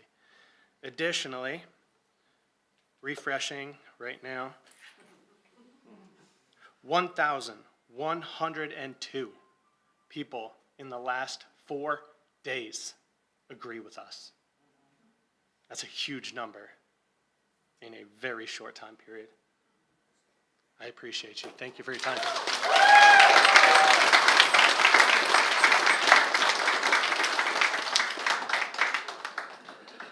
John Austin, 17096 Holly Shores Drive. My thing is you guys knew for 25 years, and you've done nothing. And that's all I want to say.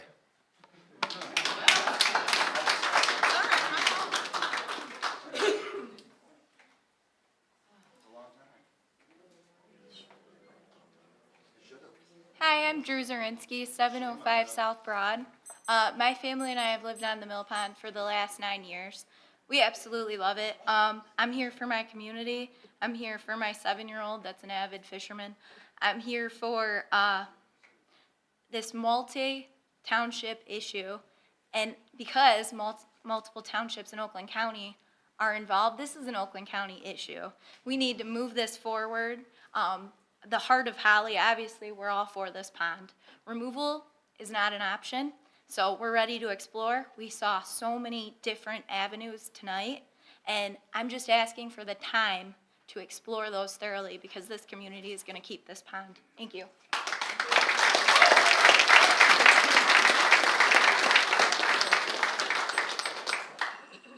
Thank you. Any further public yes, please. Rob?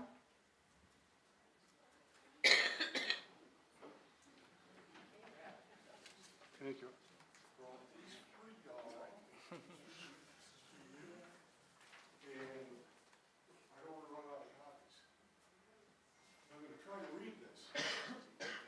And I am delighted to see all you people show up here. This is wonderful. My name is Rob Namowitz. I live at 7300 Sagamore Drive in Clarkston, Michigan. I live in Clarkston, but I grew up hunting and trapping on the Mill Pond. I lived across the street from the dam till I ran away from home and joined the circus. Bill Truesdell lived across the street in the little white house where Adam lives now. Mr. Truesdell managed the Holly Village DPW for many years, including the dam. He helped me learn trapping. Dad taught me to skin and stretch and how to sharpen knives. My father and Jim Cole, who graduated from Michigan Tech as a civil engineer, started Coal Lake Service after World War II. I spent my youth going to lake improvement projects, all engineered by Jim. Our company built subdivision beaches all over Oakland County, many culvert road crossings, and excavated canals to developing lake lots. We built many seawalls on innumerable lakes and rivers. Jim Cole went on to focus on lake building, encouraged in those days developing Cedar Shores, Lake Sherwood, Lake Shannon, Lake Ogama, and others. Between my father and Jim Cole, I learned to study water at an early age and managed Coal Lake Service till retiring in 2017. My work probably took me to 250 or more of the 450 lakes in Oakland County, every one unique in attributes and challenges. My work was always constructive, creating recreation and habitat. I've been a regional director of Michigan Lake and Stream Associations, quite active in the 1990s. At the time, Dr. Wallace Fusler was guiding Water Quality Associates, an innovative limnology scientist. His laboratory and workshop provided secudiscs we assembled to help associations chart turbidity in their respective lakes. In Clarkston, I was elected president of the Deer Lake Property Owners Association and still serve on that board. I work to encourage reasonable usage of our freshwater resources. So, in August of 2021, Holly Village President Tom McKinney called, knowing my interests in the Mill Pond, saying some folks were concerned about Stiff's Mill Pond Dam.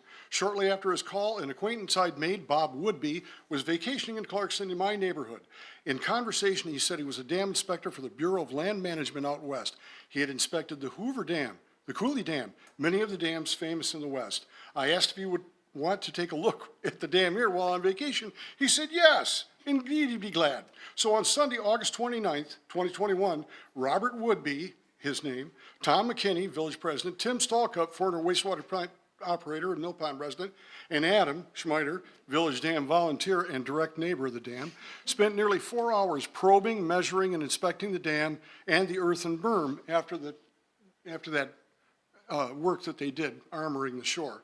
I provided previous lake studies from Progressive and Grand Rapids, United States Geological Survey maps, as much data as I could get in my truck. At the conclusion, Bob Woodby said, "This dam isn't going anywhere." Tom, the village president, was relieved and satisfied just 4 years ago. Your time is up. He's almost done. You can, Really? I have just a little bit more. by public demand, we'll give you 1 minute, okay? That's plenty. My career in water has been constructive, not destructive. So moving this project forward is my plan. My proposal would take advantage of all the resources of both the village and our state agencies that have an interest in a successful outcome.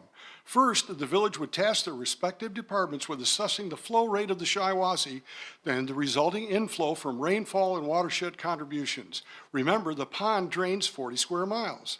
Outflow of both the village dam structures would be made ready to operate as designed. Calculations of flow measured in cubic feet per second. Thank you. A standard used by counties around the state from both places would be used to plan. Then a system of anticipatory management would be implemented to track rain events, sending workers to adjust level controls before the risk of high water even happens. DPWFLs could put a NOAA app on their phones. The last major rain event that drew attention was April 25th, 2025. Nearly 2 inches of rain fell in a 24-hour period. Had this plan for preemptory action been in place, much stress would have been avoided for the dam, the village, and downstream property owners. As the village implements the study and WEIR actions, state officials would study best practices for dam repair, perhaps consulting the construction planners being used up on the Tittabawassee at Sanford and Enville, and the others are restored. Those ideas and actions could be used here in Holly. Working together, a good plan could be hatched like geese in the spring. I consulted with Bob Woodby out west electronically the last few days. He listened to my plan and pronounced it a good one. Again, I encourage constructive solutions that benefit everyone, especially the riparian owners and the miles and miles of rivers and lake habitat this dam supports, and my hometown. Thanks for the opportunity.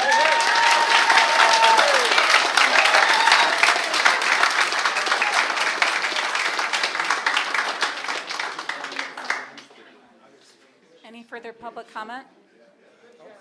Yes, sir.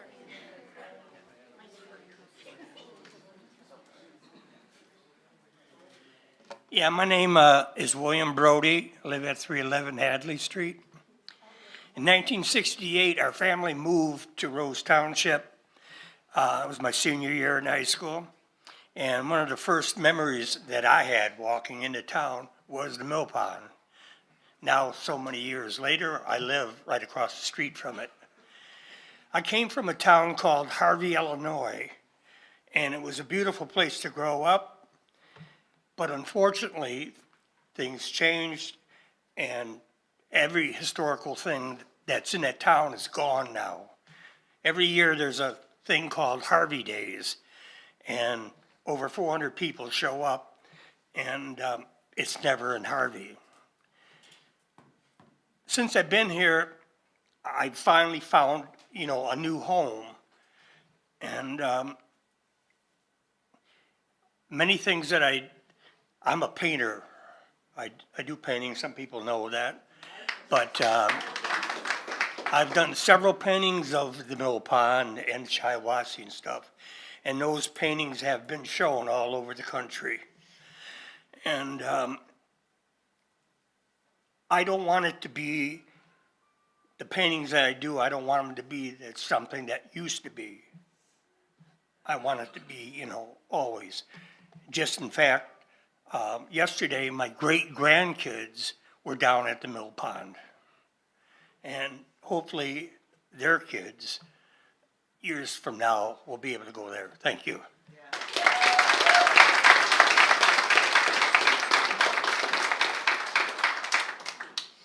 Any further public comment? I see Joe.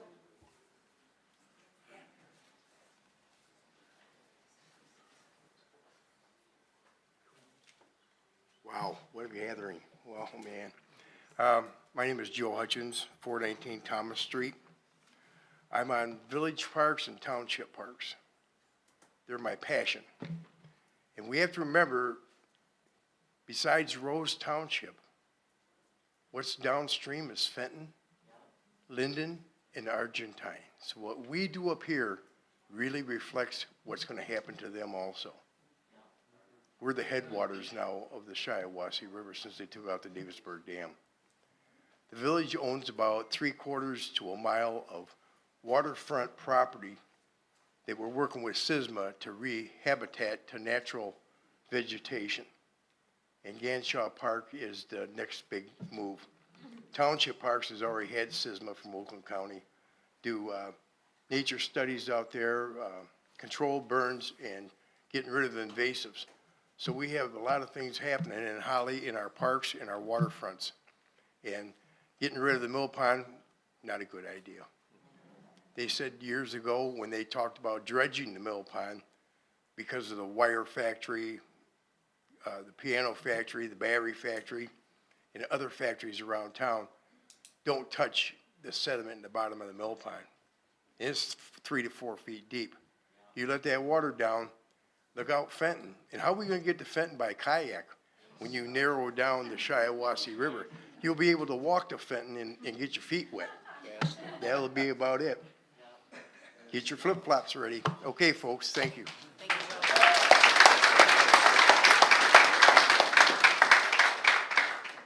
Any further public comment? Yes, come up.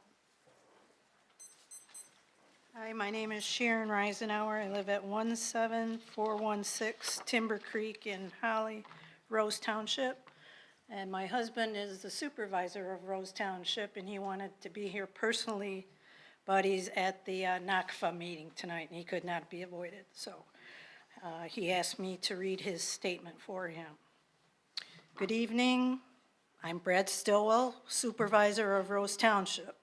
While I may not have a vote or financial stake in the Holly Mill Pond Dam project, I come to you today representing the voices of Rose Township residents, your neighbors just across the way, who would be directly affected by the dam's removal.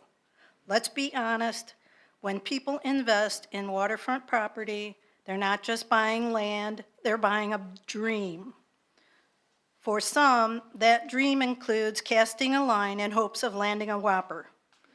For others, it's a peaceful paddle at sunset in a boat that's seen better days but still gets the job done. And for many, it's simply enjoying morning coffee while watching the wildlife dance across the water.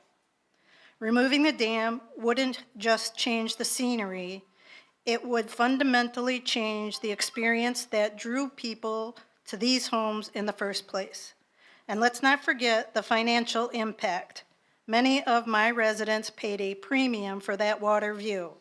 If the pond disappears, so too might a significant portion of their property value.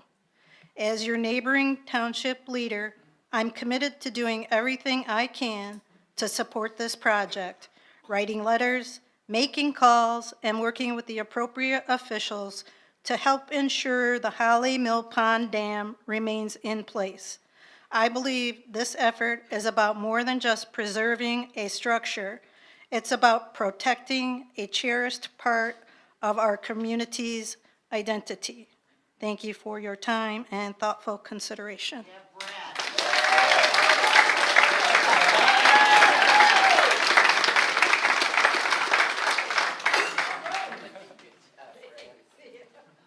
Thank you. Any further public comment? I see one in the back.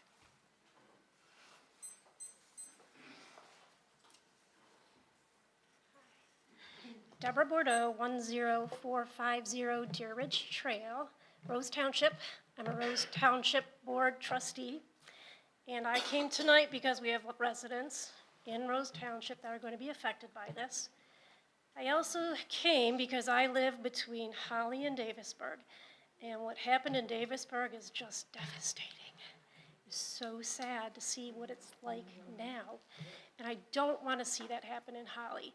So ecologically, I think we need to keep that dam as is, protect the wildlife that's there right now. Historically, it needs to stay where it's at. That's why this town is here. And then financially, it draws a lot of people to this town and visiting it. So Rose Township Board has your back. Okay. Yeah. Thank you.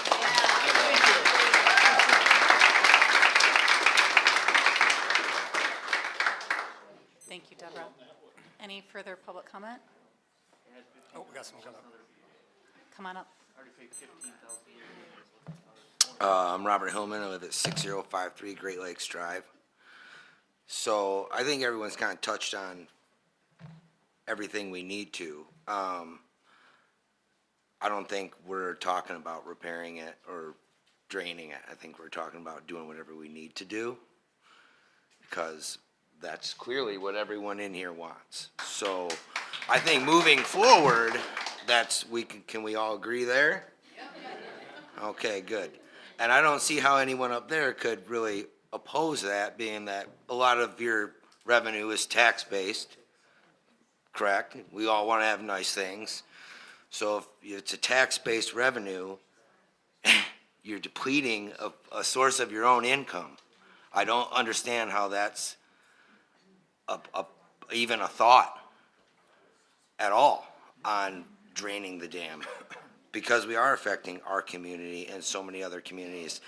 And for 25 years, I mean, what it is, and I have to do this in sales all the time. It's even owning a home. You gotta put a roof on. It's time to pony up and pay your bills. You guys gotta figure out how to make it happen. Everyone here pays their taxes because they all wanna have nice things. Gotta pay your bills to have nice things. So it looks like the village and everyone else that has a stake in it needs to pony up and pay the bills.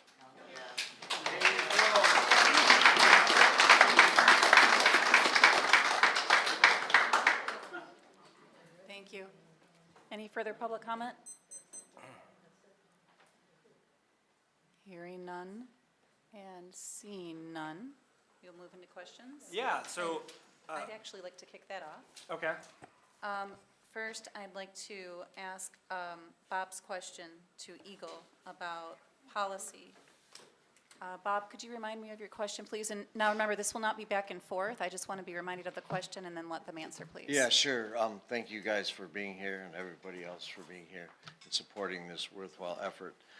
There's been a lot of discussion about whether it's an unspoken policy or policy of Eagle, that their goal is to get rid of dams wherever they can, maybe throughout the state, to make the things the way they were before dams were here 200 years ago. Is that an ongoing policy?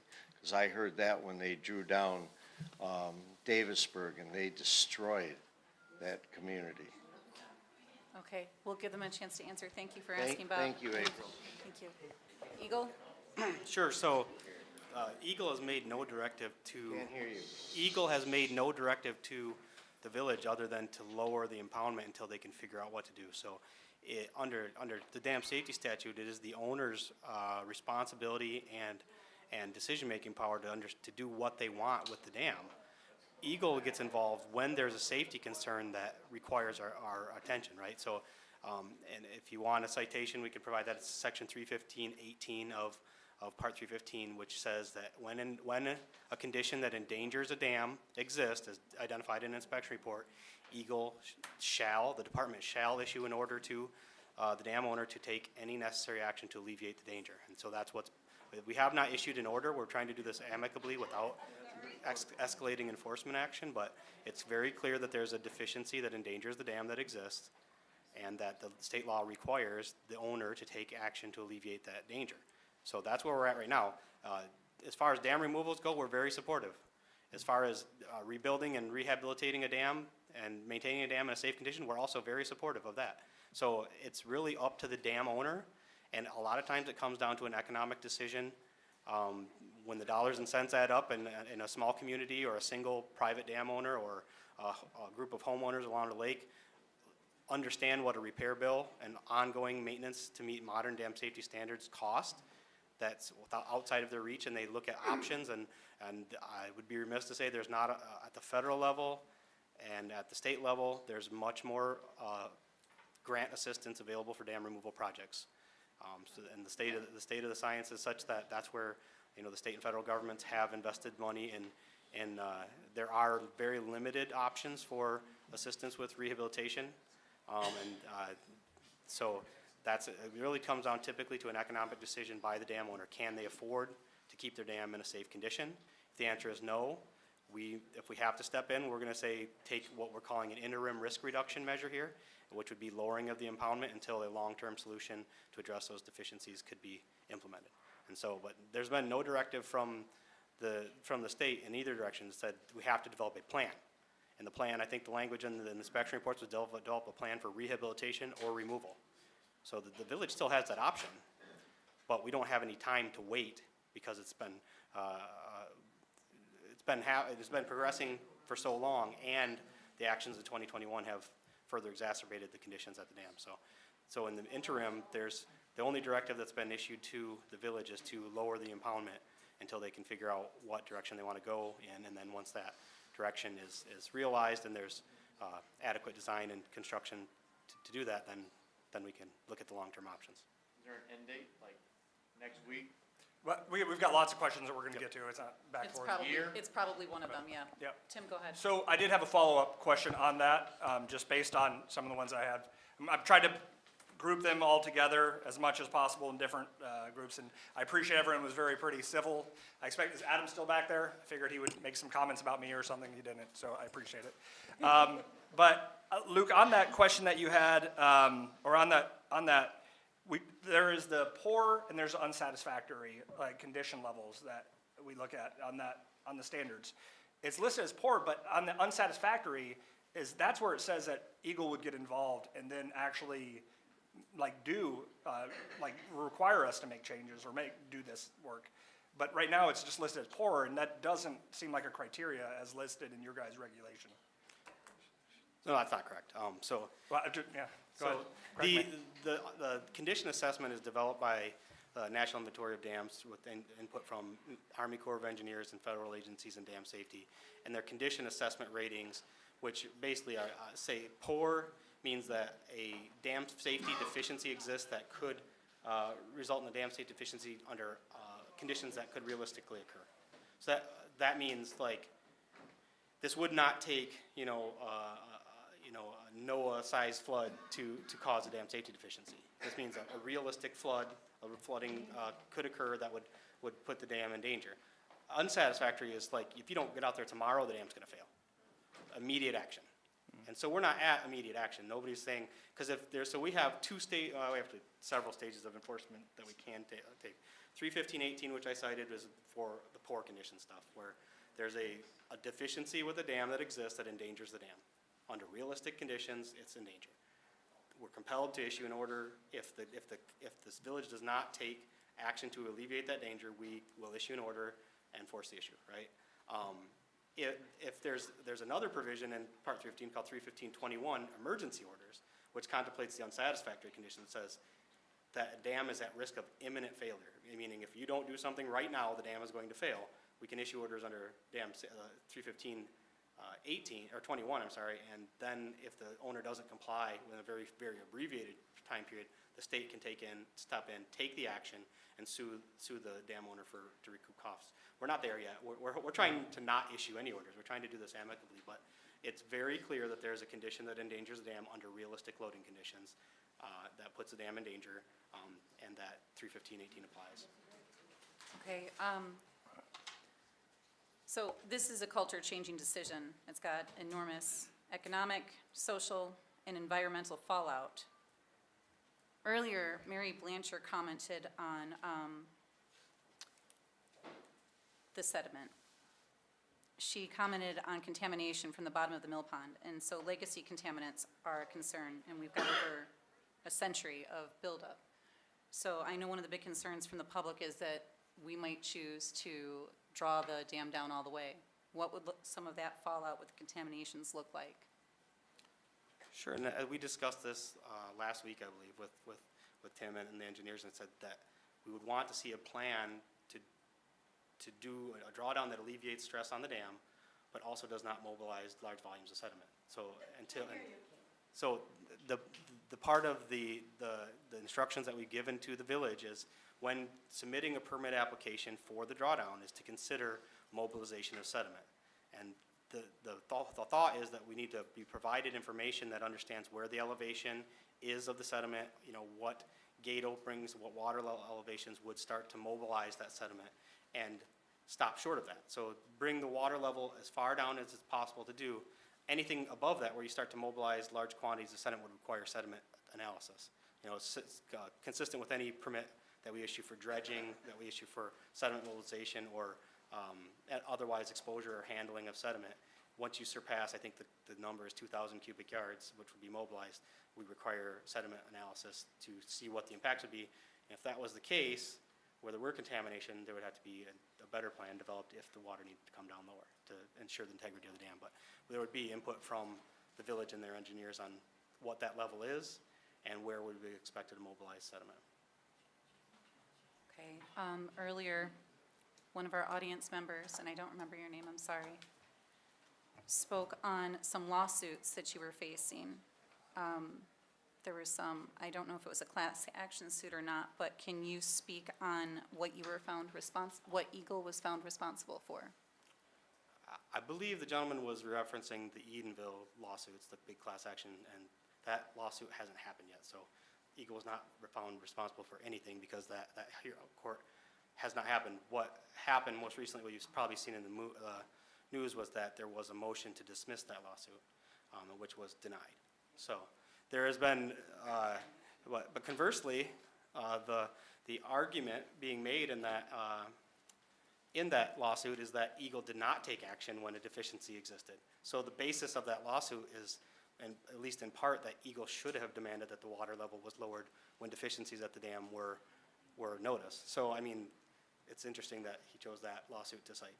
Okay, thank you. And Tim, can you move on to one of the next questions, please? Yes, in fact, I don't want it just to be targeting Eagle the whole time, so I'll go on. So this question here is, why has the village of Holly kicked this can down the road since 2017 when Eagle notified the village of the issues? And so, well, what I will say on that is that, again, this is the first time this has been brought to me since I've been the village manager, and this is the first time it's been brought to this council. First time they've seen it. We received this April 28th is when we received the report. We're less than 30 days from that, and we're doing a public meeting because we want public input on everything.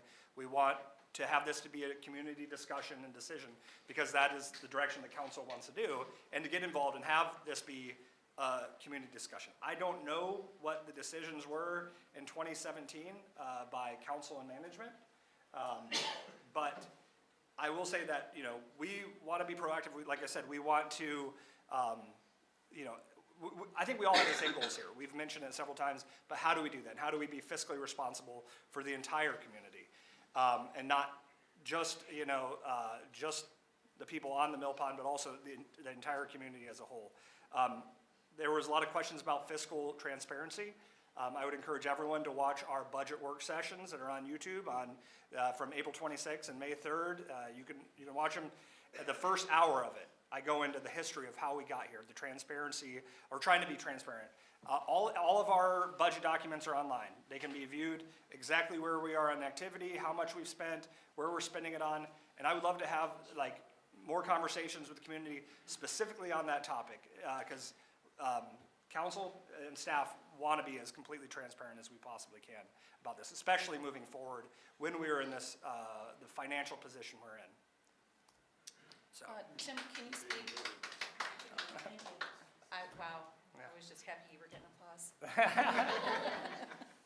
Could you please speak to the funds mismanagement allegations that are floating around? I know that the people that live on the mill pond had to pay a certain bit extra, and I believe you said there was around 100,000. So, yeah, if you look at our budget documents, there is a lake improvement fund. I don't know all of the history behind that. Brian might be able to point out a little bit more, that I think there is about $140,000 in that lake improvement fund that's out there. I don't know, you know, history of how we got, I know it's kind of something that's been rolled over. Every year we do a special assessment for, which Jim had mentioned about, from aquaweed in order to do, for weed control. So if you want to talk the lake improvement fund. When I started in 2010, there was $150,000 in a lake improvement fund. There was a directive for administration to budget $10,000 per year that I believe was suspended by previous administration around 2011, 2012. In 2017, when the report came out, I worked with engineers and the contractor to do those improvements to that embankment. It was by the recommendation of the contractor for the the added clay. There was conversations during COVID with Eagle over permits. There was some confusion about the amount of material that was going to be used. And in that conversation, based on the extra material that was used, that's what put us over where a permit was needed. When they came out to do the inspection for the drawdown permit that we had applied for, that's when they said, they noticed that the extra material had been used, and they gave us an after-the-fact permit, that we needed an after-the-fact permit. So we worked with Eagle from there, and from here, it's escalated to where we're at today with them wanting us to do the drawdown to take that clay out and put more riprap on the downside of that. So I have a lot of questions here that are very similar, and so I'm going to kind of read them out, and we'll just address them as like one. So what impacts do you foresee upriver if you drain the pond? Does Eagle do any sort of study to see the impact upstream? It is a large area. Is that cost all on the village? How would removing the dam affect endangered species living there? Examples, bald eagles, banded turtles. If the dam is 185 years old, the old ecosystem does not exist, why should we get rid of the new ecosystem and put the environment through shock? You can kind of do that separate.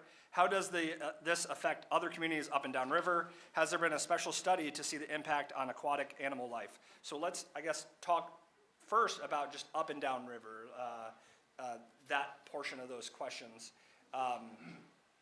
Studies that, I do have a kind of a heat map here that shows, let's see if I can pull it up.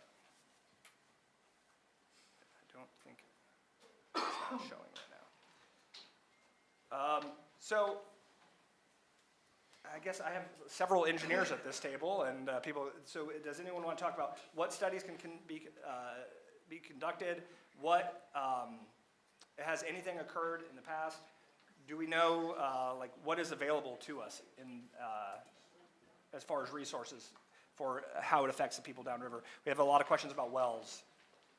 Well, Yeah, so there would be basically no effect downstream. That dam and impoundment is small compared to the amount of flow that it receives, and it's what we call, run-of-river operation. There's not really any gate capacity or storage capacity that would provide any type of flood control benefit, so during a large flood. So maybe during a very small flood event, there'd be increased flow downstream, but during a large event, there'd be very little to no impact, and during base flows, there'd be little to no impact downstream. Upstream, I mean, obviously, there's some connectivity with surface water.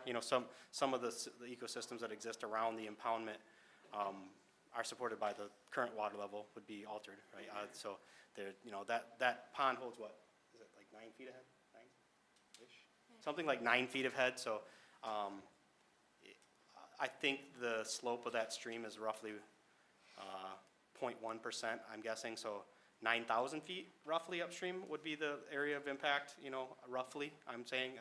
So 9,000 feet, you would have a lowering of the surface water at 9 feet at the dam if it were completely removed, something less if it was a partial drawdown, and that would taper off to nothing about 9,000 feet upstream of the impoundment, so.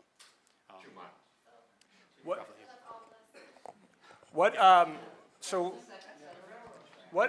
What follow-on studies can be conducted? I know that when I talked to Ryan from the Water Resource Commission about if we were to look at illegal lake levels, like one of the first steps of that would be that we would do a study in order to see like what are the impacts and what is the importance.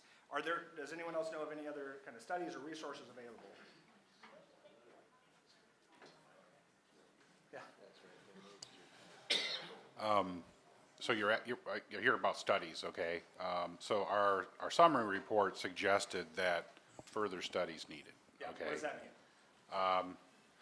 Well, I understand that's pretty broad-based, but we don't have a lot of data to be able to understand, okay? So if you want to look at dam removal, okay, I'm not supporting that necessarily, I'm just saying if you want to look at that, there's a lot of impacts that could be realized, and so a study would have to be done to understand, okay, what is the slope of the river, and for instance, and how far upstream would the water course change, okay, as an example.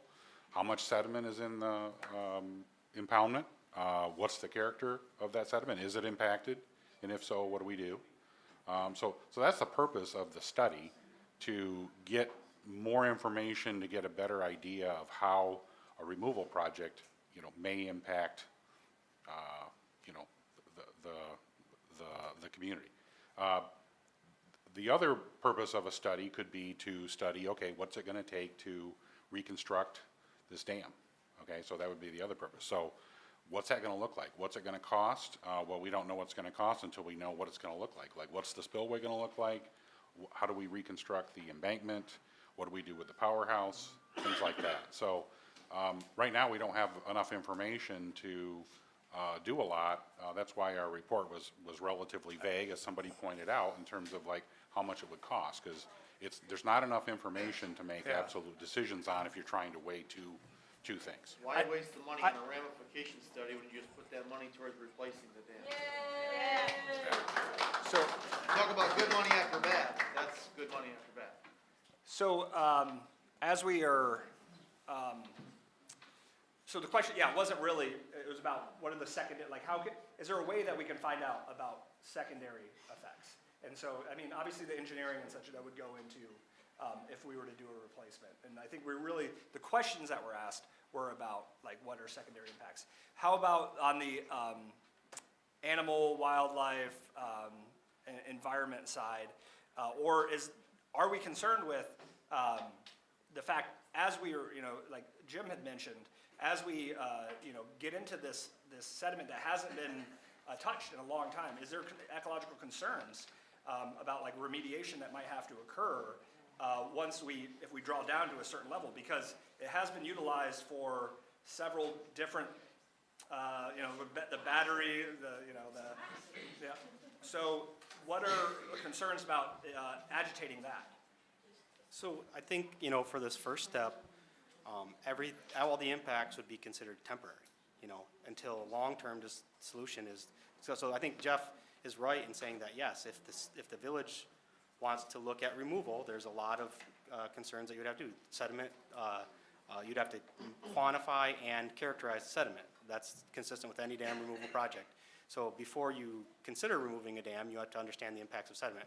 From a quantity standpoint, if that were to allow to mobilize downstream, how that would affect habitats and stream function downstream, or from a quality standpoint, is it contaminated? Is it contaminated above background levels in the area?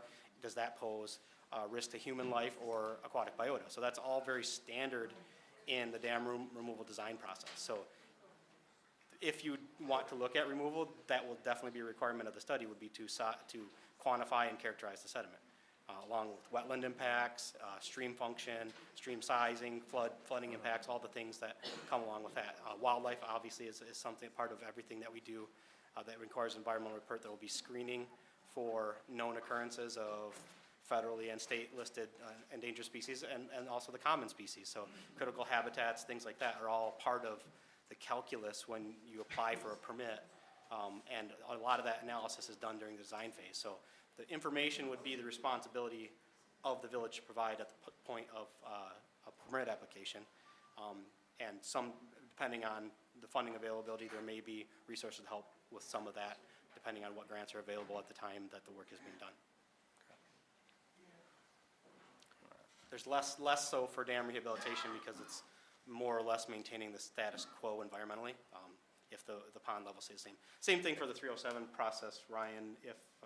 If the study to create a new dam to establish a lake level where a lake hasn't been maintained is more in depth, I would say, compared to a study to maintain this existing lake level that's been there for 150 years. Would you agree with that, Ryan? I was about to ask if the water. Yes. So. Yes. So. Okay. We've got a couple Water Resource Commission people over there. Did you guys have any other thoughts on any of the things that were just mentioned as far as with the studies? One of the questions I just got was who runs these studies? Like who's, I guess, the point of contact for these? I'm not sure if anyone in the group, I mean, it would be a consultant that you would have do the study on that. so. I'm assuming that the person that asked the question is making sure that it's a third party Yeah, yeah. I for mean, accountability. Right, because the consultants is gonna have to basically provide the study, and it's got to be reviewed by Eagle all the way through on that. So I mean, it's gonna have to be according to all the guidelines, so. So one of my questions I have over here, because I'm going to try to, this is in my like grab bag section that doesn't really fit the other scenarios, is have you run simulations of dam breach scenarios? And so I guess that probably goes to our emergency action plan? Is that part of it, or? Not as far as an actual study, as far as catastrophic. I don't think that has been studied. All right. So how do, I guess, when we're saying that, because if we haven't run simulation of dam breach scenarios, how do we know that it's a significant versus a high impact when we're doing these classifications of hazards if we haven't done that? I think that's probably best handled by me. So in 1990, when the dam safety statute was passed, it basically said that the department assigns hazard potential classifications to every dam that's regulated under Part 315. So that's any dam that's at least 6 feet high and maintains at least 5 acres of water behind it. That's based on information available to the department. A lot of times these were analyzed in the late 1970s, early 1980s by the National Dam Safety Program. There was an effort after some large dam failures that the federal government paid to have these assessments done on any dams of a certain size. So I'd have to look back and see if this one was analyzed under that, if there's a description of the boundaries. Otherwise, the definition of hazard potential is defined in Part 315. You had a very abbreviated version up on the screen earlier, but it was correct, you know. So basically, there's certain things that if a dam is located in a location that if its failure to occur, it would impact, you know, uninhabited structures, local roads, farm fields, things, that's a low hazard. You elevate that to, you know, kind of secondary highways, certain railroads, park areas, or where homes, inhabited structures, or danger to humans exist, that's a significant hazard. And then you elevate it higher, you know, first primary highways, carrier railroads, things like that, and extreme environmental damages, or where loss of life is expected, that's a high hazard. So based on the information available at that point, or requested by the department from the dam owner, they would have assigned a hazard potential rating. When was that? That would have been probably in 1990 to 1994 when these dams were phased in. Technology's come along. Yep. So it is certainly up to the village at their discretion. There's provisions in the law if they want to provide additional information by way of a breach analysis or hazard potential analysis to look at that.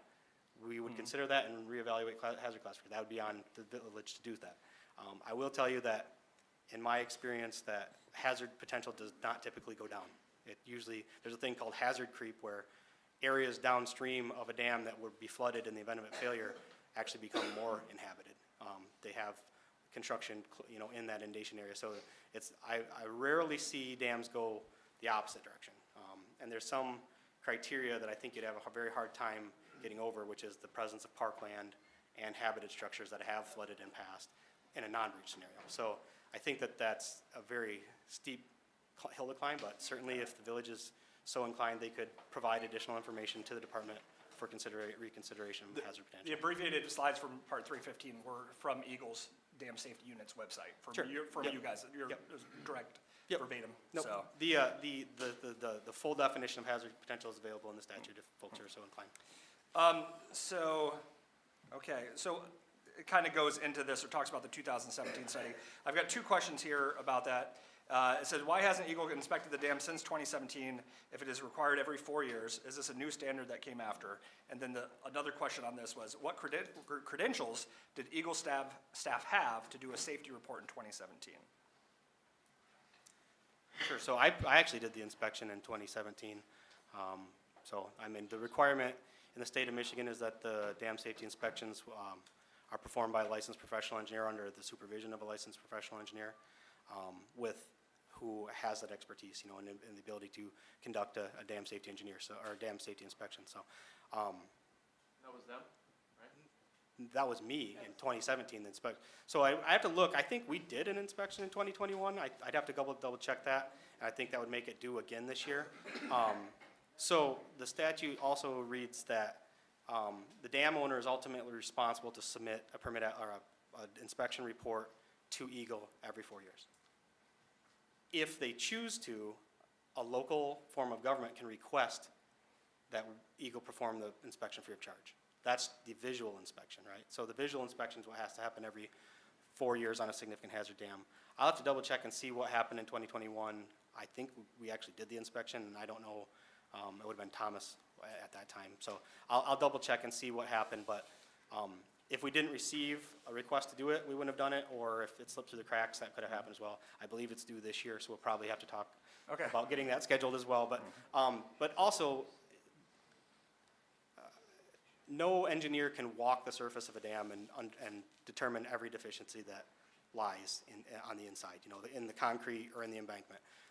There's also provisions in the law that say if the engineer who performs that inspection suspects that a deficiency might exist, the department can request the owner to provide an additional analysis. And that's where what's happened in 2002, 2005, and again, is where we've looked at, you know, actual data, piezometer data, soils data, things like that, and determined that the deficiencies exist that you wouldn't necessarily see with just looking at. Even a trained eye can't look at, it's like, akin to your mechanic, he can't look at your car and tell you everything that's wrong with it. They have to get in there and do some analysis, right? So that's what's happened here, is we had some indications there was seepage and condition issues, that structural and geotechnical deficiencies existed.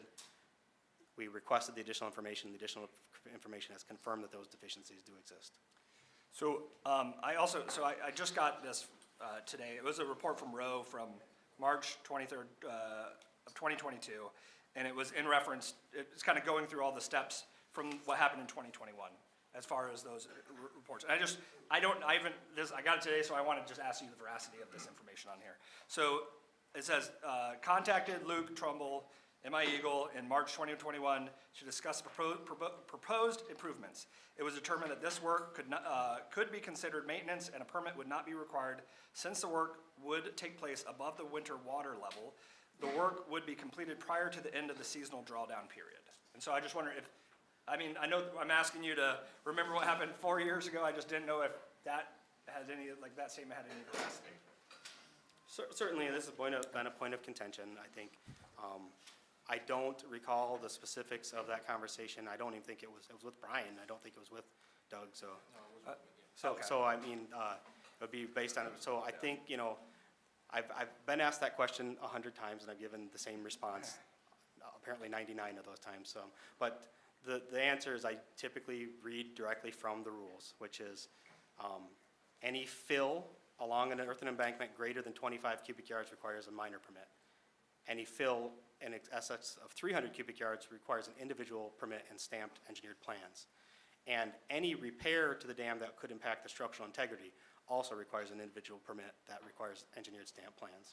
So if I would have said anything other than that, in that thing would have been very out of character for me, and it would have been a misunderstanding of what the actual project was. It's clear that what was done was well in excess of 300 cubic yards and would have been detrimental to the stability of the embankment and would have not been permitted if a permit application would have been applied for, and that's why we're here today. Okay. So I have a couple questions here about Rose Township. It says, have Rose Township and Davisburg been notified? Could they be asked to contribute? And another question was, why doesn't Rose Township own part of the dam? If Rose has land on both sides, Holly Shores and entire south. Well, we know Brad's wife is here. We have some Rose Township trustees present as well. I did reach out to Brad. I will admit that I was kind of late to it. I was like, I forgot to reach out to Brad, so about a week ago, I emailed him. And said, hey, I would love you to participate in this, and if you want to have any discussions with me beforehand, you can, and, you know, have a good relationship, you know, with him. And I live in Rose Township. I live on Hensel, down, you know, exactly where we're talking about with the wells and everything. So. And Holly Township, we've kind of given them a pass, but they're in on the river as well. And so, yeah, I mean, Rose Township and that's also why we talked about the legal lake level and the fact that, you know, we would love to have them as part of the conversation, discuss, because we do know how it affects them as well. But as far as how they can contribute to it too, we're limited to what we can do based on any kind of special assessment or anything. That's why we talked about perhaps doing a legal lake level, because it is a shared asset between Rose and us. And that's why it might be, and this is what I'm hoping to discuss with the community group that we want to get together as far as what would be the next steps, because it might be something that we'd want to present as to the county as something that they might want to establish a legal lake level so that everyone that is involved can help to preserve it. And what that does is also makes it so it stays at the level. It's not that the county would then drain it. It's that this is where we keep the lake level at. Is that correct in that statement? I don't want to, is that a? I mean, I'd have Yeah. to drain it. Well, to do the repairs. Yeah. But yes. Yeah, it doesn't alleviate us from the repairs, but it allows it to be done as a county resource rather than just an individual village. Can I just add, that the dam, if a Part 307 legal lake level was pursued, the dam would still be regulated under 315. In addition, it would be regulated under 307. So all of the safety requirements under 315 would still pertain, and then the additional requirements under 307 for maintenance of the lake level, increased inspection frequency, things like that would also, would come into play. So it's not a one or the other, it's actually, it's both, so. Okay.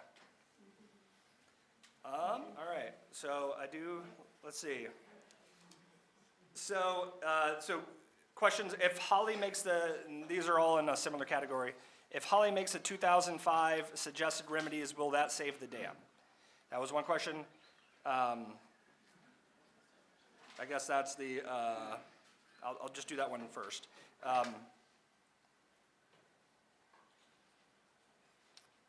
Yeah, I guess, yeah. So if we make so I'm guessing really what the question is if we take the lake level down and we do the correct repairs that should have been done in 2021, and we fix the clay, does that basically save the dam, as they're saying? But my understanding, based on the conversation we had, is because of the additional requirements for Part 315 and that we see coming down the pipe, that's not going to fix all our problems. That just is a Band-Aid, and like people say, maybe throwing good money after bad is if we're just doing this temporary repair. Is that accurate?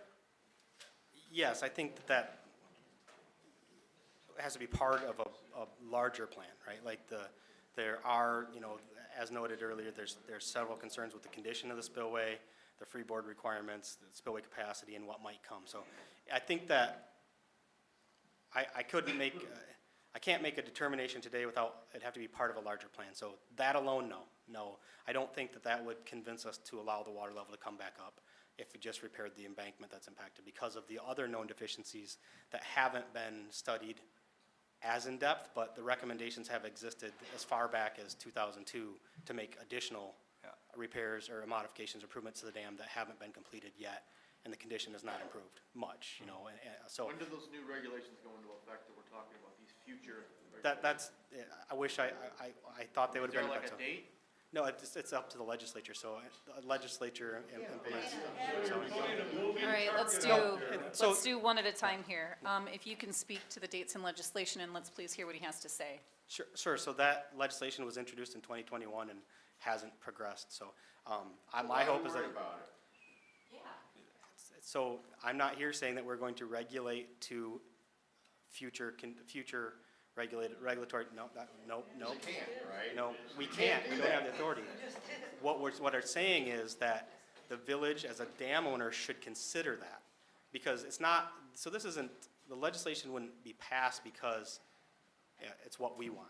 The legislation, it would be passed because that's an appropriate level of safety at a high and significant hazard dam, as determined by federal agencies and other state dam safety agencies around the nation, right? So Michigan is behind on what is an appropriate safety of level of design for high and significant hazard dams. That's established. So if the legislature acts on the advice of the Michigan Dam Safety Task Force and implements that legislation, if you design to a 200-year flood, there's a point in the future where that might no longer be appropriate. So if you're gonna spend the millions of dollars it takes to rehabilitate a dam, you might wanna consider increasing the design of that dam.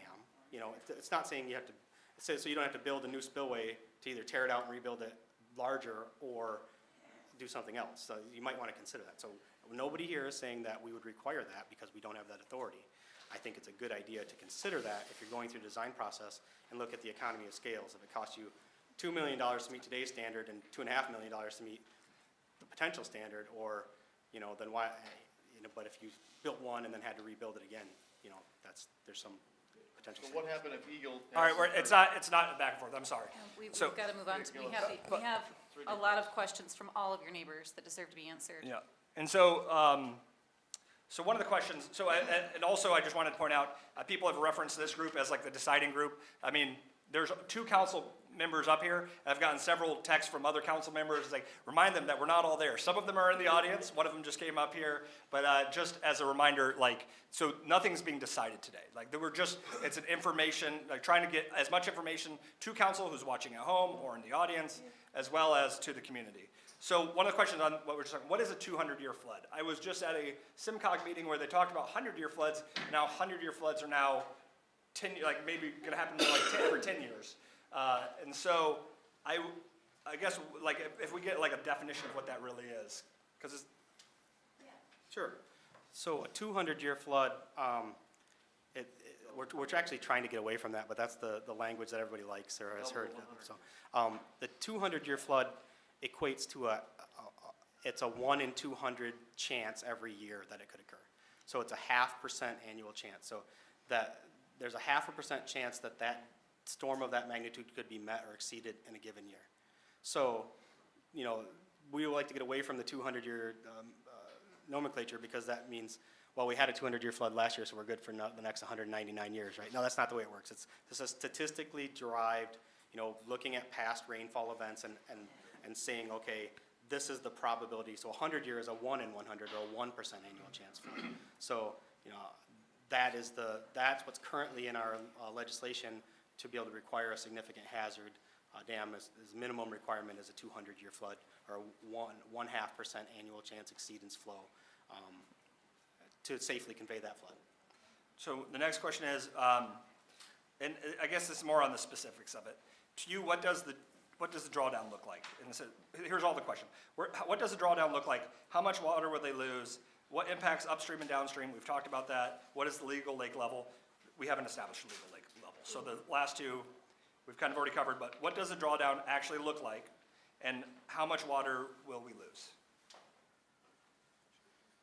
Sure, and I think a little of that is to be determined, because we need a plan to be submitted, right? So what we've instructed the village to do is submit a permit application to draw down a maximum of the vertical extent capability of the dam. So whatever the bottom of the gates are would be the maximum extent of the drawdown. But then that would authorize, we could use our emergency provisions under the law to do an expedited permit to allow the lowering to start. But in the meantime, we would need a plan that accounts for those things. Where is the sediment elevation? You know, what is an acceptable level where we think that we won't have those, will decrease the likelihood of those loading scenarios where the embankments become unsafe to the extent that we can. So I think that we'll have to have some consultation with the village and their engineers to determine what that level is. But the language would be to the extent practical, to the extent attainable for now, until we have more information to go by. I think you can also now interpret or guess what my next question is going to be. Well, yeah, as far as what is What, that? yeah, what is that? And I think what that really comes down to as far as the starting point is the village has historically done a winter drawdown approximately 4 feet, and that's where we would at least start at that point. I mean, that's still, right, I think that's like a foot above the spillway elevation. Yeah, there's 2 sets of boards that we've always taken the top boards out. Yeah. So it would be approximately 4 feet is what we would initially be submitting for on that, so. And when would that happen? Or it's not decided? Correct. So that's what the plan would be, that we have to, so that's part of the discussion that we want to have with this community group. And, you know, I know that we were asked to submit it right now, like to submit a plan and all that right now. And we're talking really about, you know, we want to understand some of the secondary effects before we submit any kind of plan, because we don't know when we'll be able to draw it back up. And that's why we're doing this right now. And then I think the question is, how long do we have to complete the dam survey for repair versus removal? I think that is one of those TBD things. It depends on what we decide to do, right? It really just comes down to, we need to lower it now. And the next step is really, when would we be able to raise it back up? I mean, you won't be able to raise it back up until you do complete one of those two options. So my next question here is, why can't a cofferdam be used to temporarily secure the left embankment?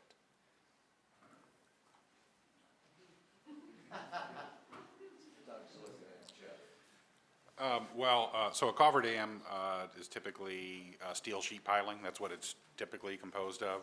And instead of just a line of sheets, usually sometimes a cofferdam is it's a closed loop of the sheeting, so it wraps around itself. Steel sheeting could be part of a solution to improve that left embankment.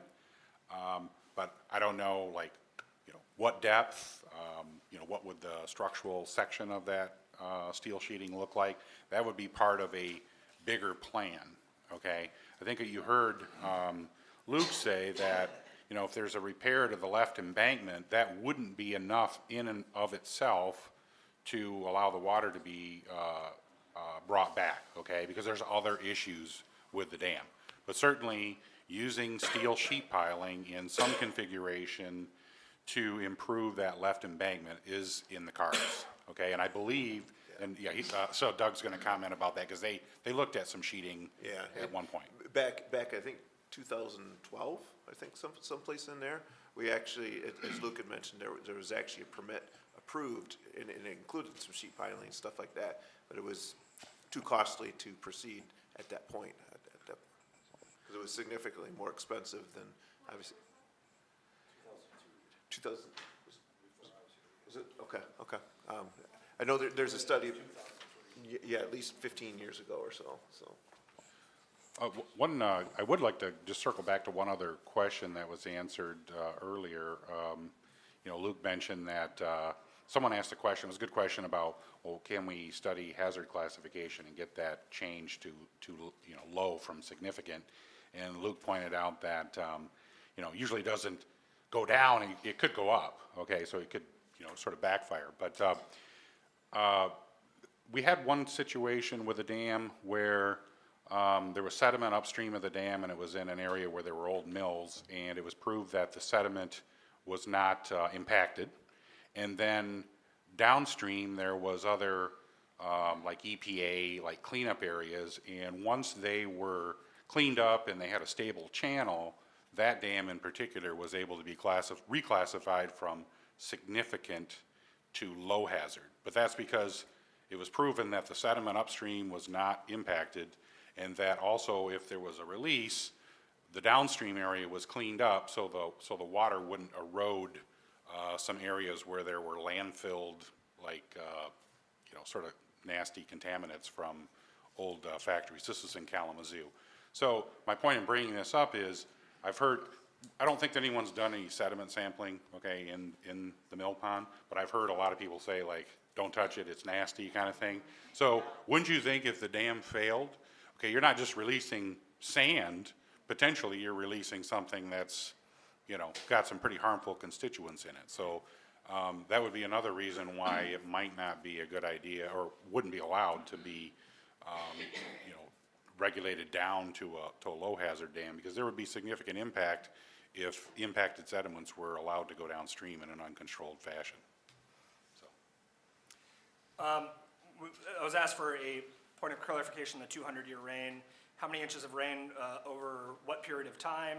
I kind of looked it up online just to see if I could get an answer, and it says it varies by location. It says, for example, in some areas, 10 inches of rain 4 days might qualify. So I didn't know if anyone had any kind of understanding of how is that defined here? Yeah, I think typically for dams, we look at a 200-year, 24-hour duration rainfall for spillway capacity calculations, and I think that's, in this area, is around 6 inches. 6 inches over a 24-hour period would be your 200-year rainfall event. Rough numbers. Six inches. 6 inches. 6 inches of rain. Yep.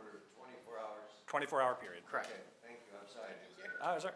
So I appreciate everyone sticking with us. We're almost there. We've got, I'm not going to take any more questions, but we've got 4 left. The next 2 are about, well, I guess the next 3 are about more payment or like concerns with expenses. So one of the questions, who pays for new wells if needed? Who will pay for mosquito control if the river turns into muck? And then how does tax assessments how does this affect tax assessments? I'm guessing is the question. So, I mean, a lot of that I don't know exactly the answer on a lot of those as far as that. I would say that, unfortunately, like for the wells, it would probably be on the homeowners to have the expense of the wells. Because it's an individual, and just from a municipal standpoint, it benefits one resident. And so that's, why, the municipality probably would not get involved. I'm saying that across the board, whether it's Rose, whether it's, across Michigan, that's probably how it would be looked at. Who will pay for mosquito control if the river turns into muck? It would probably, it could be done in several ways. I wouldn't really want to hazard a guess. I mean, it might be similar to how we do our aquaweed treatment right now for some of those. But I don't know the exact answer to that one as well. Does anyone else at the table have any other thoughts on those 2? I didn't think, it's a hard one because it's, yeah. I don't know if it's helpful, but I've permitted 50-some dam removals in the state of Michigan. The only water well impacts that I'm aware of on 2 lakes, Edenville, when it failed, there was 60-some wells that were impacted. That water dropped over 30 feet overnight, and all of the wells that were impacted were less than 30 feet deep and within 1/8 of a mile from the impoundment. So a 9-foot drop in a water, you're not talking about widespread water well impacts. Very unlikely, unless your wells are 10 feet deep.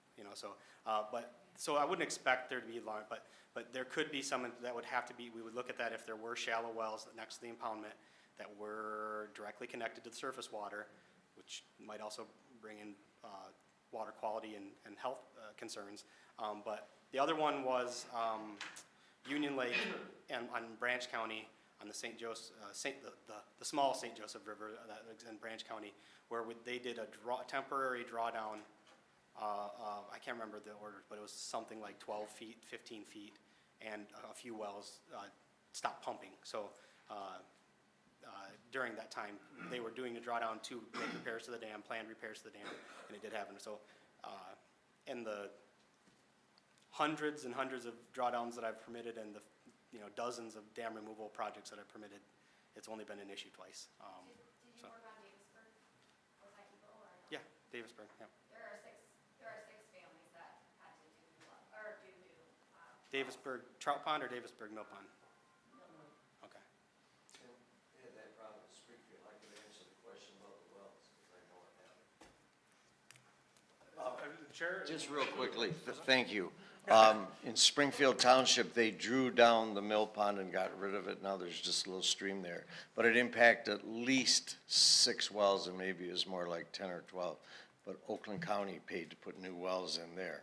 Your other question about land values, if you do anything to damage the value of property, it's considered a taking and you can get sued, because that happened also in Davisburg.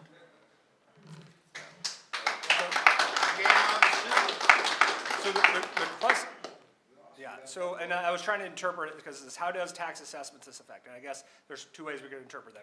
How does it affect the assessed value? And how, you could also look at how is this gonna get paid for through through assessed taxes. And so that was a great answer to that.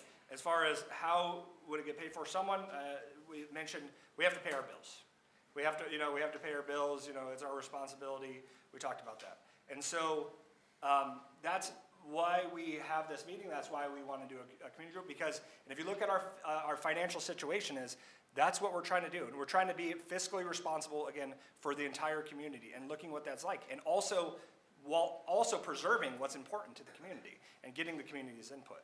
And so, as far as how much it's gonna cost, I mean, all of that would be up to what path is decided and, what levels of like repair or replacement that we look to do. And so that's something that hasn't really been determined yet, and how we pay for it, that's a good question. That's something that we have to kind of figure out. And then someone also asked, and this kind of leads me into this next part, and this is the last question, and it kind of leads us into where we go from here. So what type of qualifications are we looking for on the committee on this topic? So engineer, fundraiser, scientist, and I would say that we're looking for a varied group of, we're not looking for everyone that just lives on the mill pond that has one point of view. We want to have lots of points of view represented. If we have people that are engineers that have experience in this, we'd love that. If we have someone that's worked the Shiawassee River for a long time, that basically started our trailhead there, that's an invaluable point of view that we could have on this committee. So again, I don't think we have a profile of the perfect candidate. I think that we want a varied group of personalities and expertise represented. Madam President, did you have anything you wanted to add on to that? Well, I guess what I want to know is what is it that the village is required to do right now? I know a lot of people are scared that we're just going to start drawing down and that's it. So what are we required to do at this moment? So the requirement is to submit a permit application with a plan to complete a drawdown as soon as practical. And from there, the recommendation 2017 was to submit a plan and schedule for implementing the long-term solution. So that would be kind of up to you. I think the drawdown alleviates the immediate concern with embankment stability, and some of the condition stuff would be improved, or at least the stress would be relieved on the dam to some extent during normal flows. And but then there would be a submittal of a plan and timeline of the studies or engineering design and permitting and construction and fundraising that needs to occur for whatever the long-term solution will be. So that's what the statute calls for, is, for the owner to take action to alleviate concerns with the dam. We've set some recommended timeframes. If that doesn't happen, we have to consider escalated enforcement action, which we're trying to avoid. So if that's what needs to happen, then we have the ability to force the issue. But we're hoping that the village understands the deficiencies with the dams, it takes that seriously, and takes action to set forth the appropriate actions as recommended by Eagle and by your own engineers. And how far down do we have to draw, and how quickly? I thought we addressed that. I think we would want a submittal of a plan. So I think Doug said the initial consideration would be 4 feet. I think there needs to be some discussion around that, but obviously that's, I think, what the intention of submitting the application would be. And the quickly would be like as soon as practical. So as soon as it takes you to finalize, I think the permit application is in some variant of draft, ready to submit upon decision by the council or whatever, and then as soon as that's submitted, we would review that and probably issue what's called a conditional authorization. So our permitting process requires public notice, public comment period, and there's time. We can act kind of in parallel with that process and issue a conditional authorization. So we would probably consider that to get it started as soon as practical.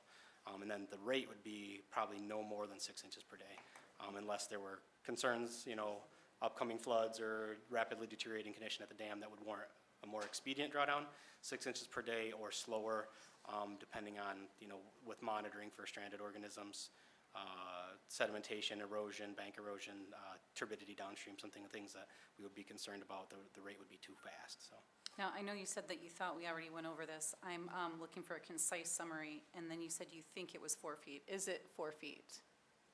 I think we can lower it at 2 feet increments, and that is why that was what was discussed. The 4 foot comes from what we have historically been approved to do, and that, so that's, again, that's where we were going to start with negotiations on that.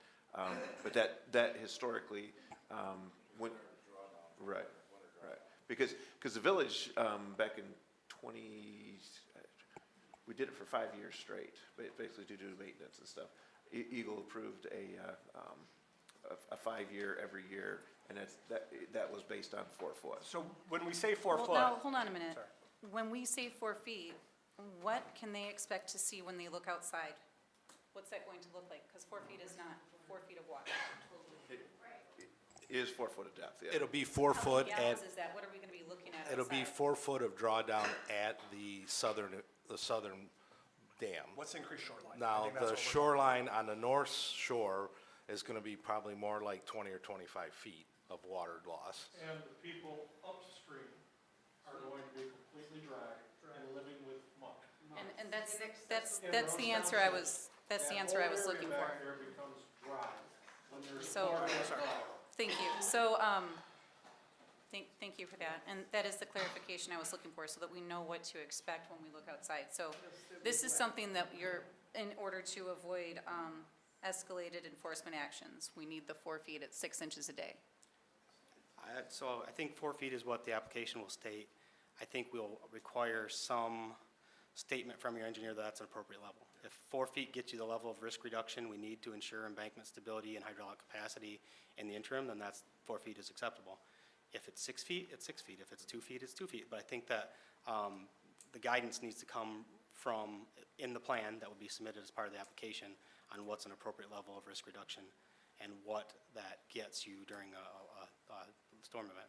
Thank you. That's the clarity I was looking for. The next piece, is this a council decision or administration follow-through based on the recommendation from engineering? That's a good question. As far as, I mean, if we were following, I think administratively, we would follow Eagle's guidance. If they tell us to do something, we would follow their guidance. If we were asked to be doing something that's against, that is outside of that, then that would be a council decision. And so one of the questions I have, because I'm wondering about, you keep saying as soon as practical, but what is that actually defined as? Because I could say it's practical for us to do a causality study to see, like, what are the secondary effects of doing this drawdown, and doing a drawdown in the winter when everyone is saying it's the right time to do it. So that could be as practical as we should do. I'm just wondering a little bit more, like, specificity on that. Sure. So I think that we are beyond the expectation that we set in November. So as soon as practical means as soon as you can get the paperwork submitted, not undertaking additional environmental studies. Because, this is not ideal. This was not something that we came here wanting to do, right? This is something that the condition of the dam dictates happens. And ideally, it would have happened last fall if we would have been talking about it before November. But once you get past October, we start talking about mortality. We have to weigh the environmental impacts against the safety concerns. So the time is up, and I think that's been stated several times in our communication. The time is up.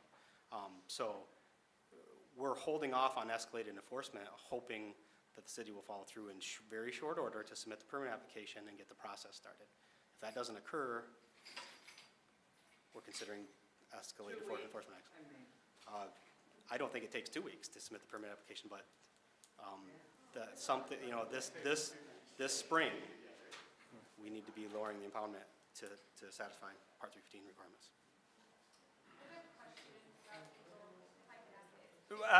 If there's any further questions, if the team wants to stick around afterwards to answer any question, that's up to them. They can do that, or I will stick around to try to answer any questions that you have. You can come up to me afterwards, or my email's already been said, but tprice@hollyvillage.org, and I will try to relay or answer any other questions that anyone has. But I just want to be respectful of the kind of rules that we've set. So. Yeah, so I didn't have anything further to add to the qualifications for people on the committee. I think that you put a pretty good broad stroke on that.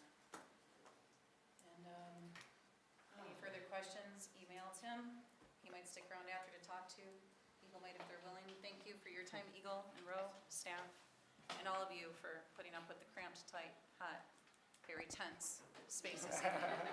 You are appreciated as